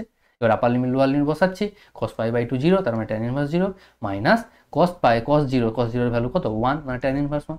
ট্যান ইনভার্স 0 মানে 0, 0 মাইনাস পাই বাই 4, তাহলে মাইনাসে মাইনাসে প্লাস হয়ে যাচ্ছে পাই স্কোয়ার বাই 4। এটাই আমাদের আয়ের ভ্যালু, কারণ বাঁ দিকে কিন্তু এখন আই আছে, কারণ কিন্তু 2i নেই, কারণ 2 ক্যান্সেল আউট হয়ে গেছে। ঠিক আছে, তার মানে আই পাই স্কোয়ার বাই 4 যেটা আমাদের প্রুফ ছিল সেটা কিন্তু হয়ে যাচ্ছে। ঠিক আছে, নেক্সট ডেফিনেট ইন্টিগ্রাল কি দেওয়া রয়েছে দেখো, limit n tending to infinity 1 square by n cube plus 1 cube একইভাবে দেওয়া রয়েছে। তার মানে লাস্টের যে টার্মটা রয়েছে সেটাও দেখো ওই ফর্মেই রয়েছে। কিভাবে না n square by n cube plus n cube বলতে পারি, তার মানে n square by 2n cube, সেটাকে দেখো ক্যালকুলেট করে 1/2n করা আছে। ঠিক আছে, তো ওই ফর্ম আমরা ফেলে দিলাম। নেক্সট কি করা হলো না, উপর থেকে n স্কোয়ার কমন, নিচ থেকে n কিউব কমন। এবার উপর থেকে n স্কোয়ার তো কমন নেওয়া যাবে না, কারণ কোথাও তো n স্কোয়ার নেই। তাহলে জোর করে যখন কমন নেব তাহলে 1/n হয়ে যাবে। আমরা কি জানি জোর করে কমন নিলে ডিভাইড হয়ে যায়, ডিভাইড 1/n স্কোয়ার হয়ে গেল, পর একটা 2/n এর হোল স্কোয়ার হয়ে গেল, এইভাবে লাস্ট একটা n/n এর হোল স্কোয়ার হয়ে যাবে। এবং নিচ থেকে n কিউব যখন কমন নেব, যেগুলোতে n কিউব রয়েছে তারা তো n কিউব কমন দিয়ে 1 হয়ে যাচ্ছে প্রত্যেকটা, এবং যেগুলো কমন দিতে পারছে না সেগুলো আবার ডিভাইড হয়ে যাচ্ছে। এবার দেখো উপর থেকে প্রত্যেকটা টার্মে উপর থেকে n স্কোয়ার, নিচ থেকে n কিউব কেটে গিয়ে নিচে একটা করে n পড়ে থাকছে, তার মানে 1/n আমি কি করতে পারি অল ওভার কমন নিয়ে নিতে পারি।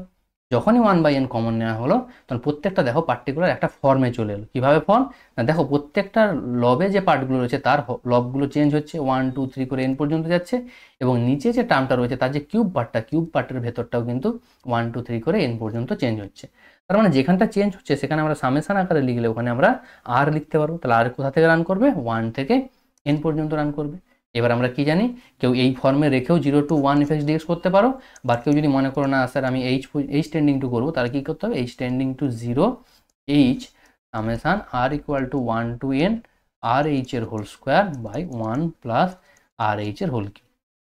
নেক্সট কত হবে না, ইন্টিগ্রেশন 0 to 1 প্রত্যেকটা আর এইচ এর জায়গায় এক্স বসাতে হবে, বা কেউ যদি ভাবো আর বাই এন এর জায়গায় এক্স বসাতে হবে, তাহলে x square by 1 plus X cube. যে কোনো জায়গা থেকে করতে পারো, দুটোতে সমস্যা নেই, কিন্তু খেয়াল রাখতে হবে এইচ টেন্ডিং টু যখন করবে সেটা যেন এইচ টেন্ডিং টু 0 থাকে, পরিষ্কার। আবার এন টেন্ডিং টু করলে এন টেন্ডিং টু ইনফিনিটি যেন থাকে। দুটো ফর্মই সঠিক, যে কোনো ফর্ম থেকে তোমরা কিন্তু ইন্টিগ্রেশনে আসতে পারো।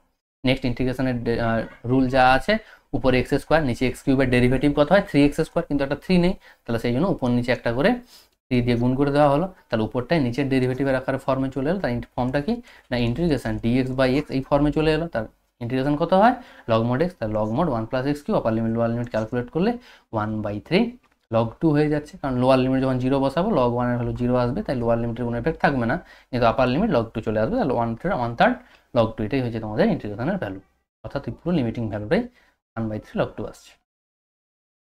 নেক্সট প্রবাবিলিটি দেওয়া রয়েছে, দেখো কোনো সমসম্ভব পরীক্ষা যখন 5 বার পুনরাবৃত্ত করা হয়, যারা আমার লাস্ট মক টেস্ট দিয়েছিলে, লাস্ট মক টেস্টে কিন্তু আমি তোমাদের এই প্রশ্নটা কিন্তু তোমাদের আমি দিয়েছিলাম। তো যারা যারা করে রেখেছো সেখান থেকে প্র্যাকটিস আছে, বা তোমরা নর্মালও প্র্যাকটিস যারা যারা করেছো সেখান থেকেও কিন্তু অঙ্কটা কিন্তু ইজিলি অ্যাটেম্প্ট করতে পারবে, কারণ এর পরের যে অঙ্কটা ছিল অনেকেই কিন্তু সেটা বুঝতে পারোনি বা সমস্যা হয়েছে, এক্সপ্লেন করছি সেটা।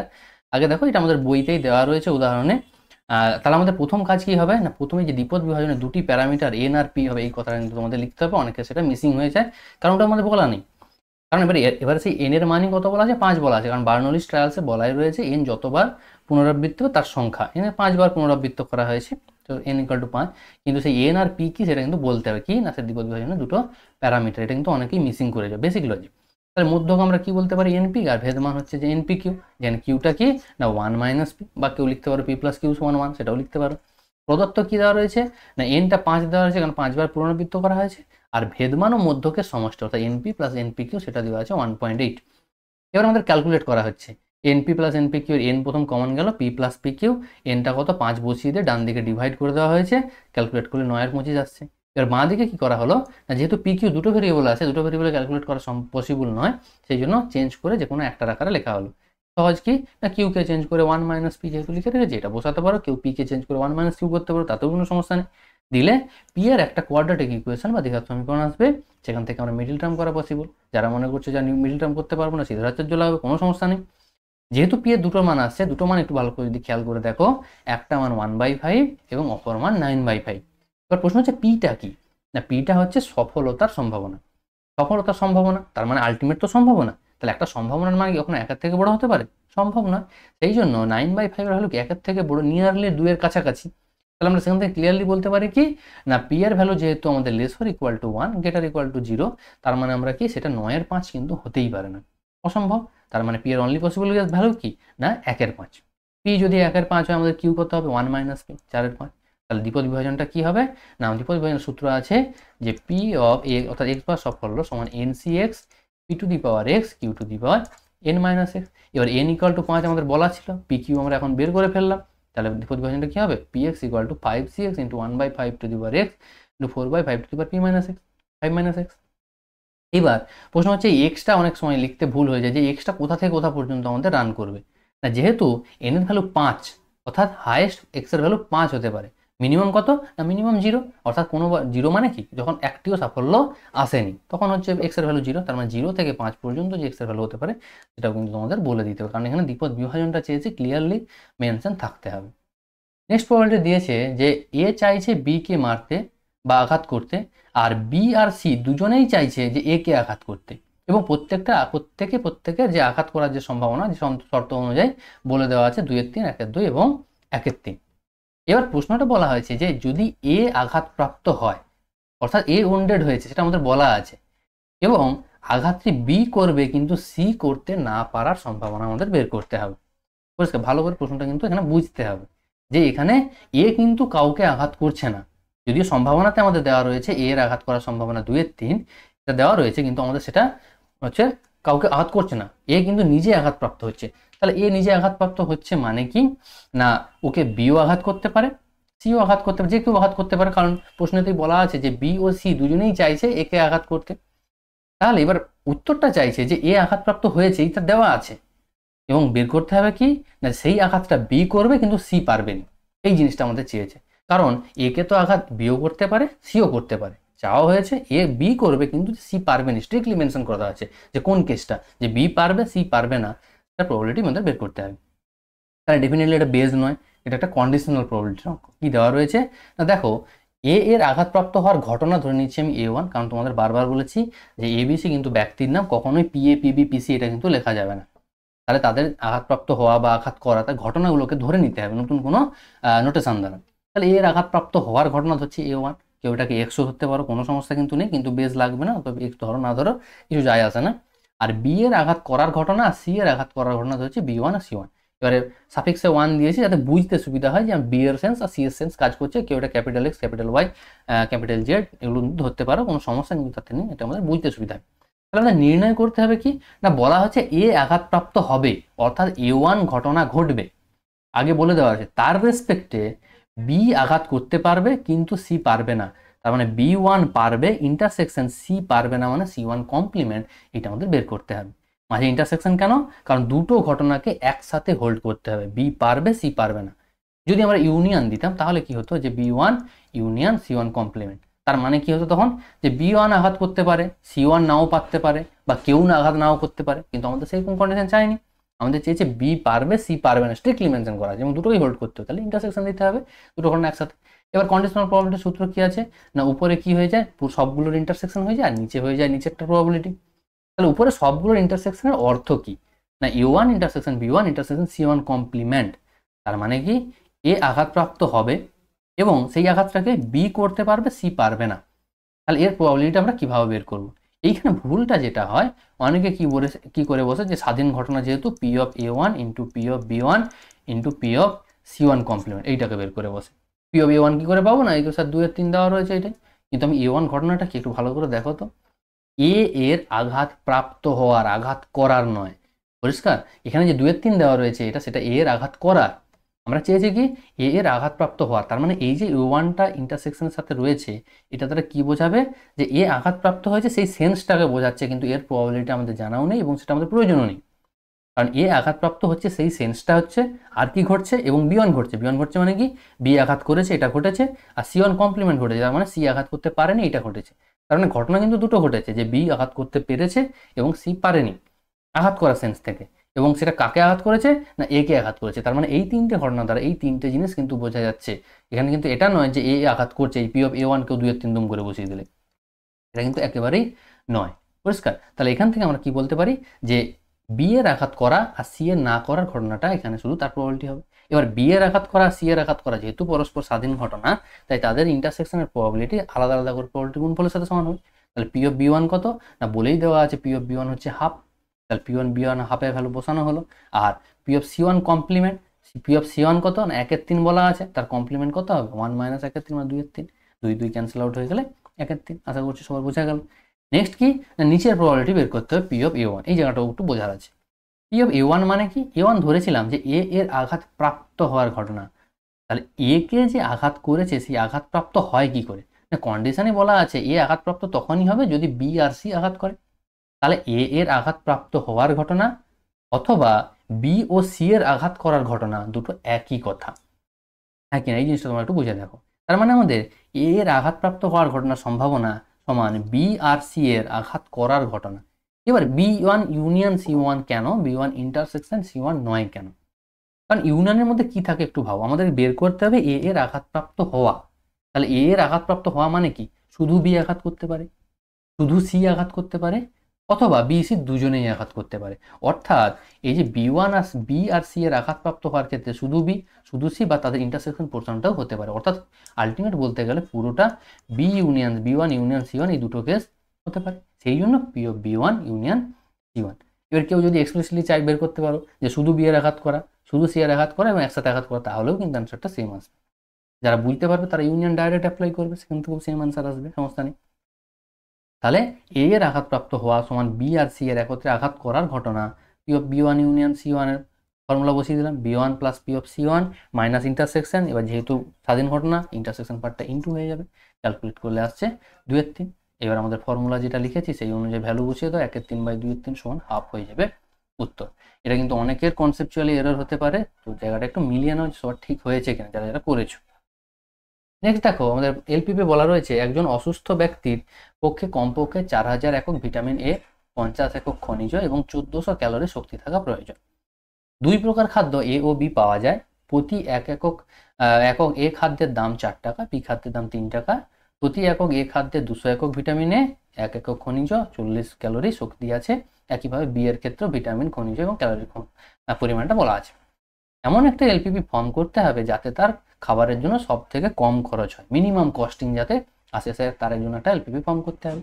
তাহলে ধরে নিতে হবে যে এ খাদ্য কতটা নিচ্ছে এক্স একক এবং বি খাদ্য ওয়াই একক পরিমাণ সে ক্রয় করবেন ওই ব্যক্তিটি। তাহলে কি এক্স আর ওয়াই যেহেতু খাদ্যের পরিমাণ তার নেগেটিভ হতে পারবে না, definitely greater or equal to zero. কেন না, কোনো খাদ্য সে নাও নিতে পারে, কোনো প্রয়োজন না হলে সে কোনো খাদ্য নাও নিতে পারে, তো তার যদি চাহিদা একটা খাদ্য পূরণ হয়ে যায় সে অন্য খাদ্য নাও নিতে পারে, তো ইকুয়াল টু জিরো হতে পারে। তাহলে এবার শর্ত বলা আছে প্রতি একক এ খাদ্য বি খাদ্যের দাম কত, 4 টাকা ও 3 টাকা যথাক্রমে। তাহলে মোট খরচ তাহলে কত হবে না, যেহেতু এ খাদ্য এক্স একক 4x আর বি খাদ্য ওয়াই একক 3y, তাহলে এত টাকা টোটাল খরচ হবে। আমাদের বিষয়াত্মক অপেক্ষক তাহলে কি হয়ে যাচ্ছে, আমাদের সাধারণ কি জানি না বিষয়াত্মক অপেক্ষক হয়ে যায় কস্ট ফাংশন বা আমাদের লাভ ফাংশন, ঠিক আছে, বা আমাদের প্রফিট ফাংশন। তাহলে এখানে আমাদের কস্ট ফাংশন, তো সেক্ষেত্রে 4x + 3y, যাকে কি করতে হবে, অবম করতে হবে বা ন্যূনতম করতে হবে বা মিনিমাম করতে হবে, যেটা লিখতে পারো। এবার এর জন্য তাহলে বাধা গোষ্ঠী কি? বাধা গোষ্ঠী জিনিসটা কি না, যে কন্ডিশনগুলো মেনে চলতে হবে। কি কন্ডিশন না, এ খাদ্য আর বি খাদ্যতে যথাক্রমে 200 একক আর 100 একক করে ভিটামিন আছে। তাহলে মোট এক্স একক এতে কতটা ভিটামিন 200x, আর মোট ওয়াই এককে ভিটামিন কত আছে না 100y। তার টোটাল ভিটামিনের পরিমাণ হচ্ছে 200x + 100y। কিন্তু ব্যাক্তটার কত লাগবে না 4000 একক ভিটামিন কিন্তু প্রয়োজন। তার মানে এই যে ভিটামিনের পরিমাণ সেটা মিনিমাম 4000 হতে হবে, 4000 থেকে কম হলে চলবে না। তার মানে গেটার ইকুয়াল টু 4000 হতে হবে। একইভাবে খনিজের জন্য কত হবে না x + 2y গেটার ইকুয়াল টু 50। একইভাবে ক্যালোরির জন্য 40x + 40y গেটার ইকুয়াল টু 1400। এই জিনিসটা কিন্তু আমাদের যা যা শর্ত দেওয়া আছে সেই শর্ত অনুযায়ী কিন্তু হোল্ড করতে হবে।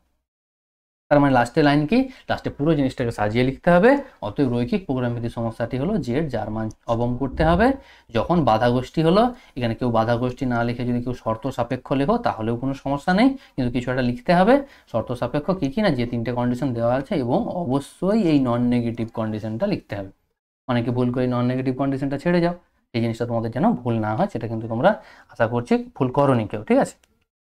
নেক্সট কি না, আমাদের সলিউশন দিয়েছিল একটা, সলিউশনটা খুব সুন্দর দেওয়া ছিল। এবারে প্রশ্নটা এত মানে সুন্দর করা হয়েছে, মানে রিলেটিভলি অনেক বেশি ইজি, কোনো আনবাউন্ডেড রিজিয়ন না, একদম সুন্দর করে দেওয়া রয়েছে।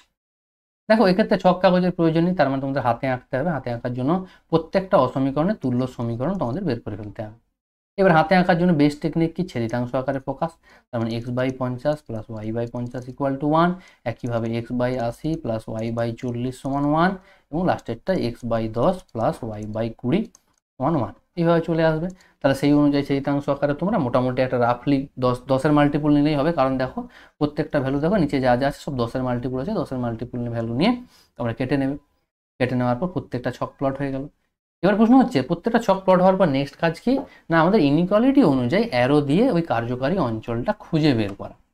পরিষ্কার? তাহলে কার্যকারী অঞ্চলটা কিভাবে খুঁজে বের করব না, প্রত্যেকটা দেখো এখানে 0 0 যেহেতু কোনোটাই মূলবিন্দুগামী নয়, তাই 0 0 দিয়ে চেক করা যাবে। এবার কোনোটা যদি মূলবিন্দুগামী হতো সেক্ষেত্রে 0 0 নয় অন্য পয়েন্ট দিয়ে চেক করতে হতো, এটা তোমাদের জানা আছে।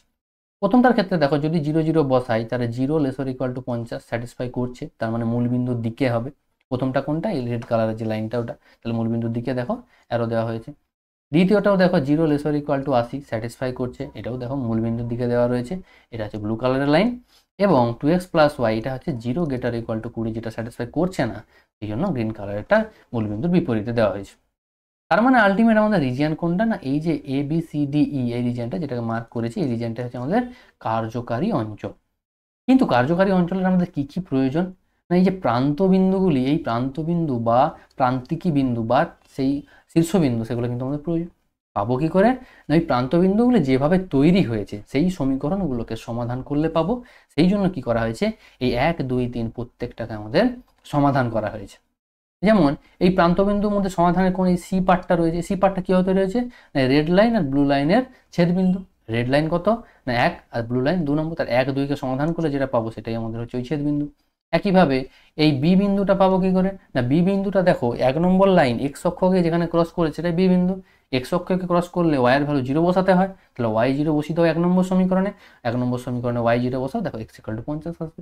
তাহলে এইভাবে বাকি সমস্ত বিন্দুগুলো কিন্তু বের করা হলো। তাই বলা হয়েছে প্রদত্ত শর্তানুযায়ী কার্যকারী অঞ্চল হচ্ছে ABCDEA, যার প্রান্তবিন্দুগুলি হলো ABCDE, প্রত্যেকটা স্থানাঙ্ক দেওয়া রয়েছে। নেক্সট কাজ কি না, ওই প্রান্তবিন্দুগুলোতে আমাদের যে বিষয়াত্মক অপেক্ষক জেড রয়েছে তার মান বের করতে হবে, কারণ আমাদের ফাইনালি কি খুঁজতে হবে, জেড এর মানটাকে চরম করতে হবে, এইটাকে চরম করতে হবে, তাহলে তার মানগুলো বের করে দেখতে হবে। তাহলে প্রত্যেকটা বিন্দুতে দেখো ওর মান বের করা হবে। দেখা যাচ্ছে কি সব থেকে ম্যাক্সিমাম ভ্যালু আসছে 200, কোন বিন্দুতে না বি বিন্দুতে 50,0, অর্থাৎ যখন এক্স এর ভ্যালু 50 এবং ওয়াই এর ভ্যালু 0, সেখানে আমরা কি না জেড এর ম্যাক্সিমাম ভ্যালু পাচ্ছি। তার মানে ছক থেকে আমরা বলতে পারি জেড এর চরম মান হবে যখন x = 50 এবং y = 0। তার মানে জেড ম্যাক্স এর ভ্যালু কত, এবার জেড এর চরম মান 200, অর্থাৎ জেড এর চরম মান চেয়েছে, জেড এর চরম মান কত, জেড এর চরম মান 200। শেষে বিন্দুটাও বলে দেবে যে জেড এর চরম মান 200 হবে যখন x = 50 এবং y = 0। এটাই হচ্ছে আমাদের এখানকার সমাধান। দেখো দেখো বলেছে কলন বিদ্যার সাহায্যে y = mx + c, x² + y² = a² বৃত্তের স্পর্শক হওয়ার শর্ত। তাহলে ধরে নিলাম যে এই যে সরলরেখাটা স্ট্যান্ডার্ড সরলরেখায় দেওয়া রয়েছে y equal two mx plus c, এটা 1 নম্বর যে আমাদের বক্র বলতে এখানে বৃত্ত দেওয়া রয়েছে, তার আলফা বিটা বিন্দুতে স্পর্শক হবে। তাহলে আলফা বিটা বিন্দুতে যদি স্পর্শক হয়, তাহলে সেই আলফা বিটা বিন্দু কি হবে না আমাদের কার্ভের উপর অবস্থান করবে, তার মানে এটাকে স্যাটিসফাই করবে। এটাকে একটা নাম্বার দিয়ে ফেলে রেখে দিলাম। নেক্সট কাজ কি না, স্পর্শকের সমীকরণ বের করার জন্য স্পর্শকের প্রবণতা প্রয়োজন। স্পর্শকের প্রবণতা হচ্ছে ডিওয়াই ডিএক্স অ্যাট ওই পয়েন্ট। কিভাবে পাবো না, যে বক্র দেওয়া রয়েছে তাকে ডেরিভেটিভ করবো, সেখান থেকে ডিওয়াই ডিএক্স বেরোবে, আলফা বিটা বিন্দুতে ডিওয়াই ডিএক্স এর ভ্যালু বের করলাম। এইবার স্পর্শকের সমীকরণের সূত্র কি ছিল না, y মাইনাস ওয়াই ওয়ান সমান M into X minus x one. এখানে এক্স ওয়ান ওয়াই ওয়ান কি না আলফা বিটা ধরেছি, আর এমটা কত বেরোলো minus of alpha by beta. সেই অনুযায়ী দেখো স্পর্শকের সমীকরণের ফর্মুলায় বসানো হলো, ক্যালকুলেট করে রাইট সাইডে আনলে ওই y equal to M x plus C ফর্মে আমি এনেছি যাতে আমাদের তুলনা করতে সুবিধা হয়। তাহলে সেই ফর্মে আনলে চলে আসছে বিটা ওয়াই সমান minus alpha x plus square. এইখানে কি ইউজ করা হয়েছে না, alpha square plus beta square value a স্কোয়ারটা ইউজ করা হয়েছে কোথা থেকে, দেখো 3 নম্বরে বলাই আছে যে alpha square beta square square, ওটার মাঝে ইউজ করা হয়েছে। এবার এই যে 4 নম্বর সমীকরণ আর এই যে আমাদের 2 নম্বর যে স্পর্শকের সমীকরণ দেওয়া ছিল, দুটোই তো স্পর্শকের সমীকরণ এবং দুটোই আলফা বিটা বিন্দুতে স্পর্শকের সমীকরণ। আর আমরা কি জানি, একটা বিন্দুতে একটার বেশি স্পর্শক আঁকা সম্ভব নয়। তার মানে ওই দুটো স্পর্শক পরস্পর কি আইডেন্টিক্যাল বা একই, এই জিনিসটা আমরা বলতে পারবো। কি হয় তাতে, সহগগুলি সমানুপাতি হয়। সেই জন্য কি করা হলো, y সহগ x এর সহগ এবং কনস্ট্যান্টগুলোকে পরস্পর সমানুপাতি করা হলো। এখান থেকে দেখো ক্যালকুলেট করলে আলফার মান পাচ্ছি, বিটার মান পাচ্ছি। এই আলফা বিটা আমরা কোথায় বসাবো না, দেখো আমাদের 3 নম্বরে একটা শর্ত ছিল যে alpha square plus beta square equal to A square, এটা দেওয়া আছে। এখানে আমাদের বসিয়ে দেওয়া হলো, কারণ আমরা একদম ধরা বাঁধা টেকনিক জানি যে স্পর্শক অবলম্ব এটাই ছিল টেকনিক। তাহলে বসিয়ে দেওয়ার পর দেখো ক্যালকুলেট করলে a square m square plus a square equal to C square, কেউ এই ফর্মুলা রাখতে পারো, কেউ এ স্কোয়ার কমন নিয়ে 1 plus M square equal to C square এভাবেও রাখতে পারো। এই হচ্ছে সেই আমাদের স্পর্শক হওয়ার প্রয়োজনীয় শর্ত। নেক্সট কি প্রুফ করতে দিয়েছে না, অতঃপর দেখাও যে, অতঃপর মানে কি যেটা প্রুফ হয়েছে তারপর দেখাও যে X square plus Y square equal to A square বৃত্তের বাইরে অবস্থিত যে কোনো বিন্দু থেকে বৃত্তের উপর দুটি স্পর্শক আঁকা সম্ভব। একটু ভালো করে যদি খেয়াল করে দেখো যে শর্তটা পেয়েছি, এই শর্তটা কি না, শর্তটা থেকে এম স্কোয়ারের ভ্যালু কত বেরোবে না, এম স্কোয়ারের ভ্যালু বেরোচ্ছে C square minus A square by A square. অর্থাৎ এম এর ভ্যালু পাচ্ছি প্লাস মাইনাস করে দুটো। তার মানে এম এর আমরা দুটো ভ্যালু পাচ্ছি। আমরা কি যে y equal to M x plus সিটাকে কি বলা ছিল না, স্পর্শকের সমীকরণ। তাহলে এই স্পর্শকের সমীকরণের ক্ষেত্রে এম এর যদি দুটো ভ্যালু পাই, তাহলে এই দুটো ভ্যালুর জন্য স্পর্শকেরও দুটো সমীকরণ পাবো। এটাই বলা আছে যে এম এর যেহেতু দুটি মান পাওয়া সম্ভব, তাই বাইরে অবস্থিত বিন্দু থেকে দুটি স্পর্শক টানা সম্ভব হবে। কারণ y equal to M x plus সিকে স্পর্শক বলা আছে, আবার আমরা এখান থেকে দেখতে পাচ্ছি যে এম এর দুটি মান পসিবল, তাহলে সেক্ষেত্রে দুটো স্পর্শক যে টানা সম্ভব সেটা বলা যাবে। তোমাদের খেয়াল রাখতে হবে, অতঃপর বলেছে মানে যেটা প্রুফ করেছি ওইটাকে কাজে লাগিয়েই তোমাদের কিন্তু আনসারটা দিতে হবে, ঠিক আছে। নেক্সট বলেছে দেখো X square plus Y square into DX minus 2x by DY, আবার একটা অবকল সমীকরণ দেওয়া রয়েছে যেখানে y ইকুয়াল টু 0 যখন x ইকুয়াল টু 1 সমাধান করতে হবে। এটা দেখো আমাদের হোমোজিনিয়াস দেওয়া রয়েছে, তার মানে এখানে আমাদের যে দুটো ইম্পর্টেন্ট টাইপ হোমোজিনিয়াস আর হচ্ছে রৈখিক সমীকরণ, দুটোই টাইপের এখানে দেওয়া রয়েছে। স্পেশাল প্লাস একটা স্পেশাল ফর্মও দেওয়া ছিল। তো সবগুলো ইম্পর্টেন্ট টাইপ কিন্তু কভার আপ হয়েছে। আমাদের এই টাইপগুলোই বলেছিলাম যে এই টাইপগুলো থেকেই কিন্তু আসবে হোমোজিনিয়াস, রৈখিক। এবার রৈখিকের ডিওয়াই ডিএক্স এর ফার্স্ট ফর্মটা দেয়নি, সেকেন্ড ফর্মটা দিয়েছে, ঠিক আছে, সমস্যা কিছু নেই। এবার দেখো হোমোজিনিয়াসটা কি, হোমোজিনিয়াস চেনার সহজ উপায় কি, উপর নিচে ঘাত সেম থাকবে, উপরে দেখো দ্বিঘাত রয়েছে, নিচেও এক্স এর ঘাত এক ওয়াই এর ঘাত এক, অর্থাৎ এখানেও দ্বিঘাত। সেক্ষেত্রে যেহেতু ডিওয়াই ডিএক্স রয়েছে ওয়াই ইকুয়াল টু ভিএক্স ধরতে হয়। আর যাদের মনে আছে যে ডিএক্স ডিওয়াই যদি থাকতো সেক্ষেত্রে আমাদের কি ধরতে হতো, এক্স ইকুয়াল টু ভিওয়াই ধরতে হতো। সমস্যা কিছু নেই, ওয়াই ইকুয়াল টু ভিএক্স ধরলাম, ডিওয়াই ডিএক্স এর ভ্যালু রিপ্লেস করলাম V plus X DV DX দিয়ে, এবং ডান দিকে যেখানে এখানে ওয়াই আছে ভ্যালু বসালাম। দেখো উপর নিচে এক্স স্কোয়ার ক্যান্সেল আউট হয়ে গেল, তারপর ভিটাকে ডান দিকে এনে যোগ বিয়োগ করা হলো, ভেরিয়েবল সেপারেশন পর ডাইরেক্ট ইন্টিগ্রেশন করা সম্ভব, একদম সিম্পল টেকনিক। ডাইরেক্ট ইন্টিগ্রেশন যখন করা হচ্ছে সেক্ষেত্রে দেখো আমাদের মাইনাস একটা গন্ডগোল হতে পারে, কারণ দেখো নিচে 1 মাইনাস ভি স্কোয়ারের ডেরিভেটিভ কত মাইনাস 2v ডিভি, কিন্তু এইখানে আমাদের আছে কত 2v, তার মানে সামনে ডি অফ আকার লিখতে গেলে সামনে একটা মাইনাস হবে, কিন্তু সামনে মাইনাসটা কোথায় লেখা নেই তাহলে তো ভুল লেখা আছে না। দেখো ওই সামনের মাইনাসটাকে অ্যাবজর্ব করানোর জন্য এইটাকে ডান দিকে পাঠিয়ে দেওয়া হয়েছে, সেই জন্য মাইনাসটা ডান দিকে যাওয়ার জন্য প্লাস হয়ে গেছে। বোথ সাইডে ইন্টিগ্রেশন করা হলো, লগ মড এক্স হয়ে গেল। আবার এই সি এর ভ্যালু বের করার জন্য আমাদের কি y0 x1 বলা আছে, তাহলে সেটার জন্য বসিয়ে দেওয়ার পর লগ সি এর ভ্যালু আমরা ডাইরেক্ট 0 পাচ্ছি, কারণ আমি এখানে কনস্ট্যান্টটাকে লগ সি ধরেছিলাম, কারণ সব দিকে যেহেতু লগ আসছে লগ উঠে যাবে সেই সুবিধার জন্য, কিন্তু প্রয়োজন কিছু হয়নি, আলটিমেট নর্মাল সি ধরলেও একই ভ্যালু আসতো। তো লগ সি আমাদের 0 চলে আসছে, তার মানে ডান দিকটা 0, তার মানে আমাদের যেটা আছে সেটা কি শুধুমাত্র বাঁ দিকটা পড়ে থাকবে। তাহলে বাঁ দিকের ভ্যালুটা কত না, log of modulus of x square minus Y square by mod X equal to 0। এবার লগের মডিউলাসের ক্ষেত্রে কি জানা, আমাদের কি জানা আছে, log of a base b যদি এক্স হয় তাহলে আমরা এখান থেকে বলতে পারি a equal to b to the power x, তাহলে এটা বলতে পারি।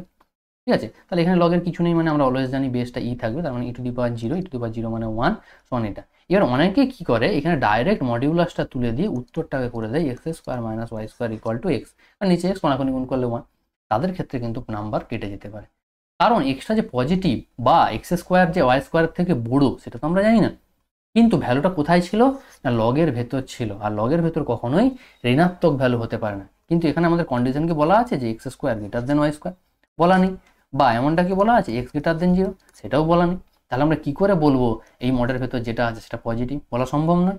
তাহলে এই মড তুলতে গেলে কি করতে হবে, বোথ সাইডে স্কোয়ার করে দিতে হবে, আর স্কোয়ার করলে আর নেগেটিভের কোনো প্রশ্নই নেই। সেই জিনিসটা কিন্তু তোমাদের খেয়াল রাখতে হবে, অনেকে ডাইরেক্ট মড তুলে দাও, সেক্ষেত্রে কিন্তু পার্ট মার্কিং হয়ে যেতে পারে। ঠিক আছে, নেক্সট দেখো বলা রয়েছে কলনবিদ্যার সাহায্যে 0 0 বিন্দু থেকে 3x প্লাস 4y প্লাস 5 এর উপর লম্বের দৈর্ঘ্য নির্ণয় করো। এমনি লম্বের দৈর্ঘ্য বললে ক্লাস 10-এর বা ক্লাস 11-এর ফর্মুলা লাগে তোমরা ইজিলি বের করতে পারতে যে বিন্দু থেকে সরলরেখার দূরত্ব, কিন্তু এখানে বলেছে যে আমাদের কলনবিদ্যাকে ইউজ করে আমাদের করতে হবে। তাহলে কলনবিদ্যা ইউজ করলে কত হবে না 0 0 বিন্দু থেকে আমাদের যে লম্বের দূরত্ব তাকে ন্যূনতম করতে হবে, কারণ আমরা কি জানি লম্ব দৈর্ঘ্য হচ্ছে ন্যূনতম দূরত্ব, অর্থাৎ এটা হচ্ছে চরম অবমের অঙ্ক। তাহলে দেখে মনে হবে যে এই টাইপের চরম হতে পারে, এই টাইপটা আমি তোমাদের রেকমেন্ড করিনি অবশ্য, কিন্তু কোনো একটা পেজে বোধহয় ছিল, সেই পেজে করিয়েছিলাম সেটুকু মনে পড়ছে, কিন্তু সাজেস্টিভ যখন আমি করি, কারণ 5 নম্বরে তোমাদের এমনি আমি সাজেস্টিভ বলিনি, তো সেটা রেকমেন্ড করা হয়নি। দেখো কীভাবে করতে হচ্ছে না, ধরে নিলাম যে 0 0 বিন্দু থেকে যে লম্ব টানছি সেই লম্বের পাদবিন্দুটা হচ্ছে আলফা বিটা, তার মানে আলফা বিটা কোথায় থাকবে, সরলরেখার উপরে থাকবে, তাহলে সরলরেখার সমীকরণকে স্যাটিসফাই করবে। এবার দূরত্ব বলতে কি না এই যে ডিস্টেন্সটা মূলবিন্দু থেকে এই পাদবিন্দু ডিস্টেন্স, এটাই আমাদের দূরত্ব, লম্ব দূরত্ব বলি বা যাই বলে সেটা। তাহলে এই দূরত্বটা কি না এরকম একাধিক বিন্দু থাকতে পারে, তো এরকম একাধিক জায়গায় আমি দূরত্ব বের করতে পারি, কিন্তু আমরা চাই কি না ন্যূনতম দূরত্ব, শর্টেস্ট ডিস্টেন্সটা দরকার। তার মানে ওয়াইকে কি করতে হবে না ন্যূনতম করতে হবে। তাহলে ওয়াইকে ন্যূনতম করার জন্য ওয়াইয়ের ভ্যালু কত না √12 alpha square plus beta square, দূরত্বের সূত্র লাগালে তাই আসে। এবার ওয়াইয়ের ভ্যালু যদি আমরা ক্যালকুলেট করতে চাই, ওয়াইতে দুটো ভেরিয়েবল রয়েছে আলফা আর বিটা, কিন্তু চরম অবম অ্যাপ্লাই করার জন্য আমরা কি জানি যে কোনো সিঙ্গেল ভেরিয়েবলে থাকতে হয়, হয় আলফা অথবা বিটা। তাহলে কীভাবে রিপ্লেস করবো, হয় এই সমীকরণ থেকে আলফার ভ্যালু বের করে বসাতে হবে, নতুবা বিটার ভ্যালু বের করে বসাতে হবে। আমি এখানে বিটার ভ্যালু বের করে বসিয়ে দিয়েছি যাতে পুরোটা ইন টার্মস অফ আলফা চলে আসে। কিন্তু খেয়াল করে দেখো যদি আমরা রুট থাকলে ক্যালকুলেশন করা অনেক বেশি ডিফিকাল্ট হয়ে যাবে, এই জন্য কী করা হলো ওয়াই স্কোয়ারের ভ্যালু বের করা হলো। যে ওয়াই স্কোয়ারের ভ্যালু কত আসছে 25 alpha square plus 30 alpha plus 25/16। এবার একটু খেয়াল করে যদি দেখো আমাদের আলফার মান চেঞ্জ যদি করি তাহলে ওয়াই স্কোয়ারের ভ্যালু চেঞ্জ হবে, এবং আলফার মান বাড়ালে ওয়াই স্কোয়ার ভ্যালু বাড়বে, আলফার মান কমালে ওয়াই স্কোয়ার ভ্যালু কমবে। তার মানে আলফার পরিবর্তনের সাথে সাথে ওয়াই স্কোয়ারের ভ্যালুর একটা পরিবর্তন হচ্ছে, সেটা আমরা বলতে পারি। তেমনি আলফার যে মানের জন্য ওয়াই স্কোয়ারটাও চরম হবে, সেই একই মানের জন্য নিশ্চয়ই এই যে ওয়াইয়ের মান সেটাও চরম হবে। আবার আলফার যে মানের জন্য ওয়াই স্কোয়ার অবম হবে এবং সেক্ষেত্রে ওয়াইটাও অবম হবে, সেটা আমরা বলতে পারি, কারণ পরিবর্তনটা একই রকম হচ্ছে। সেই জিনিসটা দেখুন বলা হয়েছে আলফায়ের যে মানে ওয়াই স্কোয়ার চরম বা অবম হবে, আলফায়ের ওই মানের জন্য ওয়াইয়ের মানও চরম বা অবম হবে, এটা কিন্তু আমাদের বলতে হবে। তাহলে কেন বলছি, কারণ আমরা ওয়াই স্কোয়ারের চরম বা অবম মান বের করব, সেটা থেকেই আমরা ওয়াইয়ের চরম বা অবম মানটা কিন্তু নির্ণয় করব। তাহলে ওয়াই স্কোয়ারের চরম বা অবম মানের জন্য কি করতে হয়, ফার্স্ট অর্ডার ডেরিভেটিভকে 0 করতে হয়, সেই জন্য first order derivative second order derivative বের করা হলো। তাহলে ফার্স্ট অর্ডার ডেরিভেটিভকে 0 করলে আলফার ভ্যালু পাচ্ছি -3/5, এবং সেই বিন্দুতে সেকেন্ড অর্ডার ডেরিভেটিভটা আমরা গ্রেটার দেন 0 দেখিয়ে দিয়েছি। কি লাভ না গ্রেটার দেন 0 যদি আমরা দেখাতে পারি কোনো বিন্দুতে, তাহলে ওইখানে ওয়াই স্কোয়ারে আমরা কি পাবো না অবম মান পাবো, আর আমরা তো চাইছিলাম ন্যূনতম দূরত্ব, তার মানে মিনিমাম ভ্যালু। তাহলে মিনিমাম ভ্যালু কখন হবে না যদি আলফাটা -3/5 হয়। তাহলে আলফা যখন -3/5, আমাদের শর্ত কি বলা আছে 3 আলফা প্লাস 4 বিটা প্লাস 5 = 0, সেখান থেকে বিটাটা পাচ্ছি কত -4/5। তাহলে দেখো ওয়াই স্কোয়ারের অবম মান পেতে গেলে আমাদের আলফা বিটার যে মান দরকার সেটা কিন্তু এখন আমাদের জানা, কত না -3/5 এবং -4/5, যেটা আমরা ক্যালকুলেটরের সাহায্যে বের করলাম। তার মানে ওয়াইয়ের চরম অবম মানের জন্য কিন্তু আলফা বিটার মানটাই ওটাই হবে, কারণ লিখেই দিয়েছে যে আলফার যে মানের জন্য ওয়াই স্কোয়ার চরম বা অবম হবে সেই মানের জন্য ওয়াইটাও চরম বা অবম হবে। তাহলে ওয়াইয়ের মিনিমাম ভ্যালু ওয়াই মিনিমাম বা ক্ষুদ্রতম দূরত্ব কত পাচ্ছি √12। দেখো আমাদের ধরেইছিলাম যে মিনিমাম ভ্যালু হচ্ছে √12 alpha square plus beta square. দেখো এখন √12 আলফা বিটার ভ্যালু জানো, √12 আলফা স্কোয়ার বিটা স্কোয়ার সমান 1 একক বেরিয়ে আসছে। এবার ক্রস চেক যদি করতে চাও, আমাদের কি ছিল না 3x plus 4y plus 5 equal to 0। কোথা থেকে দূরত্ব বের করতে হতো? 0 0। সূত্র কি ছিল? যে বিন্দু থেকে দূরত্ব বের করতে হবে সেটা স্যাটিসফাই করবে, তার মানে 0 into 3x, 3 plus 4 into 0 plus 5 divided by root over of সহগের বর্গের সমষ্টি অর্থাৎ 4 স্কোয়ার প্লাস 3 স্কোয়ার তার মোট, তার মানে 5 বাই রুট 25 সমান 5 বাই 5 সমান 1। তার মানে দেখো ক্লাস 11 যদি ফর্মুলা ইউজ করে কেউ বের করো তাহলেও কিন্তু 1 আসছে। অর্থাৎ এখান থেকে তোমরা পরীক্ষার হলে বসেই যার সূত্রটা মনে আছে সে কিন্তু চেক করে নিতে পারবে তার উত্তরটা সঠিক হলো কিনা। ঠিক আছে, নেক্সট দেখো সীমার যোগফল আকারে প্রকাশ করো 0 to 2 3x square plus 2x dx। অর্থাৎ সূত্র থেকে আমাদের ইন্টিগ্রেশন বের করতে হবে। তার জন্য কি না আমরা জানি যে সূত্রটা, এই সূত্রটা নিশ্চয়ই সবার মনে আছে। কেউ এটা এইচ দিয়ে করতে পারো, কেউ এটা এন দিয়েও মনে করতে পারো। Limit n tending to infinity b মানে হচ্ছে এইচ মানে হচ্ছে b minus A by n summation r equal to 1 to n f of a plus r into h বলতে b minus A by n. এটা দিয়ে অ্যাপ্লাই করেও করতে পারো, সেটা আমরা লাস্টে অ্যাপ্লাই করবো, কিন্তু প্রথমে এইচ দিয়ে করলে ক্যালকুলেশনটা বেশি ইজি হয়, আর কিছু না। এখানে এ বলতে কত? লোয়ার লিমিট 0, বি বলতে আপার লিমিট 2, আর এইচ মানে কি B minus A by N, B হচ্ছে 2 মাইনাস এ হচ্ছে 0 বাই এন মানে 2 বাই এনই থেকে যাচ্ছে। নেক্সট হচ্ছে ফর্মুলা অনুযায়ী আমাদের এফ এক্স কত আছে না 3x স্কোয়ার প্লাস 2x। তাহলে আমাদের এই সামেশনের ভ্যালু বের করতে হবে আর ইকুয়াল টু 1, মানে F of 0 plus R H মানে এটা আমাদের এফ অফ আর এইচই থেকে যাচ্ছে। যখন আর এর ভ্যালু 1 তাহলে এফ এইচ, আর এর value 2 F of 2h, F of 3h, একইভাবে আর এর ভ্যালু যখন n F of NH. F of H কত না এফ এক্স যদি 3x স্কোয়ার প্লাস 2x হয় তাহলে এফ এইচ হচ্ছে 3h square plus 2h, F of 2h হচ্ছে 3 into 2h square plus 2 into 2h। এইভাবে আমাদের এফ অফ এনএইচ পর্যন্ত বের করা হলো। নেক্সট কি করা হয়েছে একটু খেয়াল করে দেখো, এই যে 3h square, 3 into 2h square, 3 into 3h square, এই পার্টগুলো থেকে 3 কমন যাবে এবং খেয়াল করে যদি দেখো প্রত্যেকের কাছে একটা করে h স্কোয়ার আছে, তাহলে 3h স্কোয়ার কমন যাবে। পড়ে থাকবে কি? এর কাছে পড়ে থাকবে 1 স্কোয়ার, এর কাছে পড়ে থাকবে 2 স্কোয়ার, এর কাছে পড়ে থাকবে 3 স্কোয়ার, একইভাবে লাস্টেরটায় n স্কোয়ার পড়ে থাকবে। দেখো 3h স্কোয়ার যদি কমন যায় সেটা পড়ে আছে। নেক্সট দেখো পরের পার্টে কি, এখানে আছে 2h, এখানে 2 ইন্টু 2h, এখানে 2 ইন্টু 3h, তার মানে প্রত্যেকটা থেকে একটা করে 2 একটা h আর একটা 2 আর h কমন যাচ্ছে, তার মানে পড়ে থাকছে এটার ক্ষেত্রে পড়ে থাকে 1, এটার ক্ষেত্রে 2, এটার ক্ষেত্রে 3, এটার পরের লাস্টেরটার ক্ষেত্রে n পড়ে থাকবে। তার মানে ওখান থেকে যদি 2h কমন যায় তাহলে পড়ে থাকবে কি 1 প্লাস 2 প্লাস 3 করে n পর্যন্ত। এবারে কি না n সংখ্যক স্বাভাবিক সংখ্যার বর্গের সমষ্টির সূত্র n into n plus 1 into n plus 1 by 6 হয়ে গেল, আর n সংখ্যক স্বাভাবিক সংখ্যার সমষ্টি n into n plus 1 by 2 apply করা হলো। নেক্সট এবার দেখো এখানে একটা খিচুড়ি হয়ে গেছে। কি খিচুড়ি না এখানে এইচ আর এন এর মধ্যে একটা কম্বিনেশন চলে এসেছে। লিমিট রয়েছে এইচ দিয়ে, আমাদের ভ্যালু চলে এসেছে এন দিয়ে, তাহলে এখানে তো লিমিট বসানো সম্ভব না। এইবার এখানে তোমাদের চেঞ্জ করতে হবে, হয় এন কে এইচ নাহলে এইচ কে। বেস্ট টেকনিক কি এনকে এইচকে এন এর আকারে কনভার্ট করো। দেখো এইচ কি ছিল, এইচ সমান ছিল 2 বাই এন, তোমাদের মনে করে দেখো H equal to 2 by N ছিল। তাহলে যেখানে যেখানে এইচ পাবো সেখানে 2 বাই এন বসাবো এবং লিমিটটা এইচ টেন্ডিং টু 0 এর বদলে এন টেন্ডিং টু ইনফিনিটি হয়ে যাবে। সেটাই দেখো এখানে অ্যাপ্লাই করা হয়েছে। নেক্সট দেখো যখন 2 বাই এন বসাচ্ছি তাহলে 4 বাই এন স্কোয়ার, একটা এন তো এখানেই ক্যান্সেল আউট হয়ে যাচ্ছে, একটা এন এখানে ডিভাইড হবে, আর একটা এন বাইরের এনটাকে যখন ভেতরে স্প্লিট করবো তখন এটার সাথে ডিভাইড হয়ে যাবে। একই রকমভাবে পরেরটার ক্ষেত্রে এন এন ক্যান্সেল আউট হয়ে যাচ্ছে এবং বাইরের এন তো স্প্লিট হলে ভেতরটাও যাবে, তার মানে এখানে যখন যাবে তখন এন প্লাস 1 বাই এন হয়ে যাবে। বাকি কনস্ট্যান্টটা ক্যান্সেল আউট করা হয়েছে, দেখো সেই অনুযায়ী এটা চলে আসছে। এবার আমরা কি জানি এন টেন্ডিং টু যদি ইনফিনিটি হয় তাহলে 1 বাই এন টেন্ডিং টু কী হবে না 0 হবে, কারণ 1 বাই এনটা তো 0-র কাছাকাছি যাবে, কারণ 1-এর নিচে খুব বড় ভ্যালু দিলে আলটিমেটলি সেটা 0-র খুব কাছাকাছি চলে যায়। সেই জিনিসটা আমাদের জানা, সেই অনুযায়ী লিমিটিং ভ্যালু বসানো হলো, ভ্যালু আসছে 12। এবার যারা মনে হচ্ছে যে আমাদের ক্রস চেক করে দেবো, তোমরা কি জানো না নর্মাল তোমাদের তো ডেফিনিট ইন্টিগ্রেশনের ভ্যালু বের করতে জানা আছে 2x square 0 to 2 3 into X square plus 2x into dx।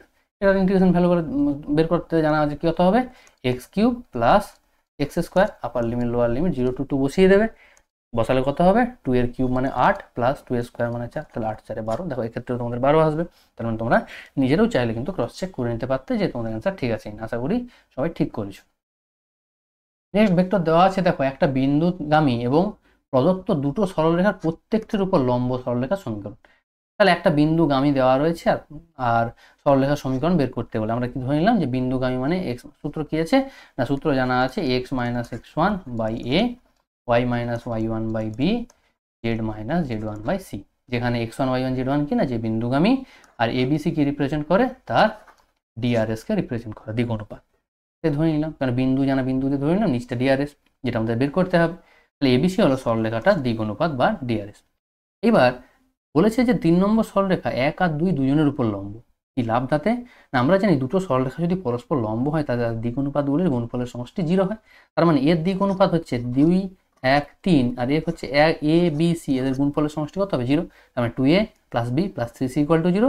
একই লজিকে দ্বিতীয়টার উপর যেহেতু লম্ব -a + 3b + 5c = 0 হবে। দেখো এই জিনিসটা আমরা ক্লিয়ারলি বলতে পারি।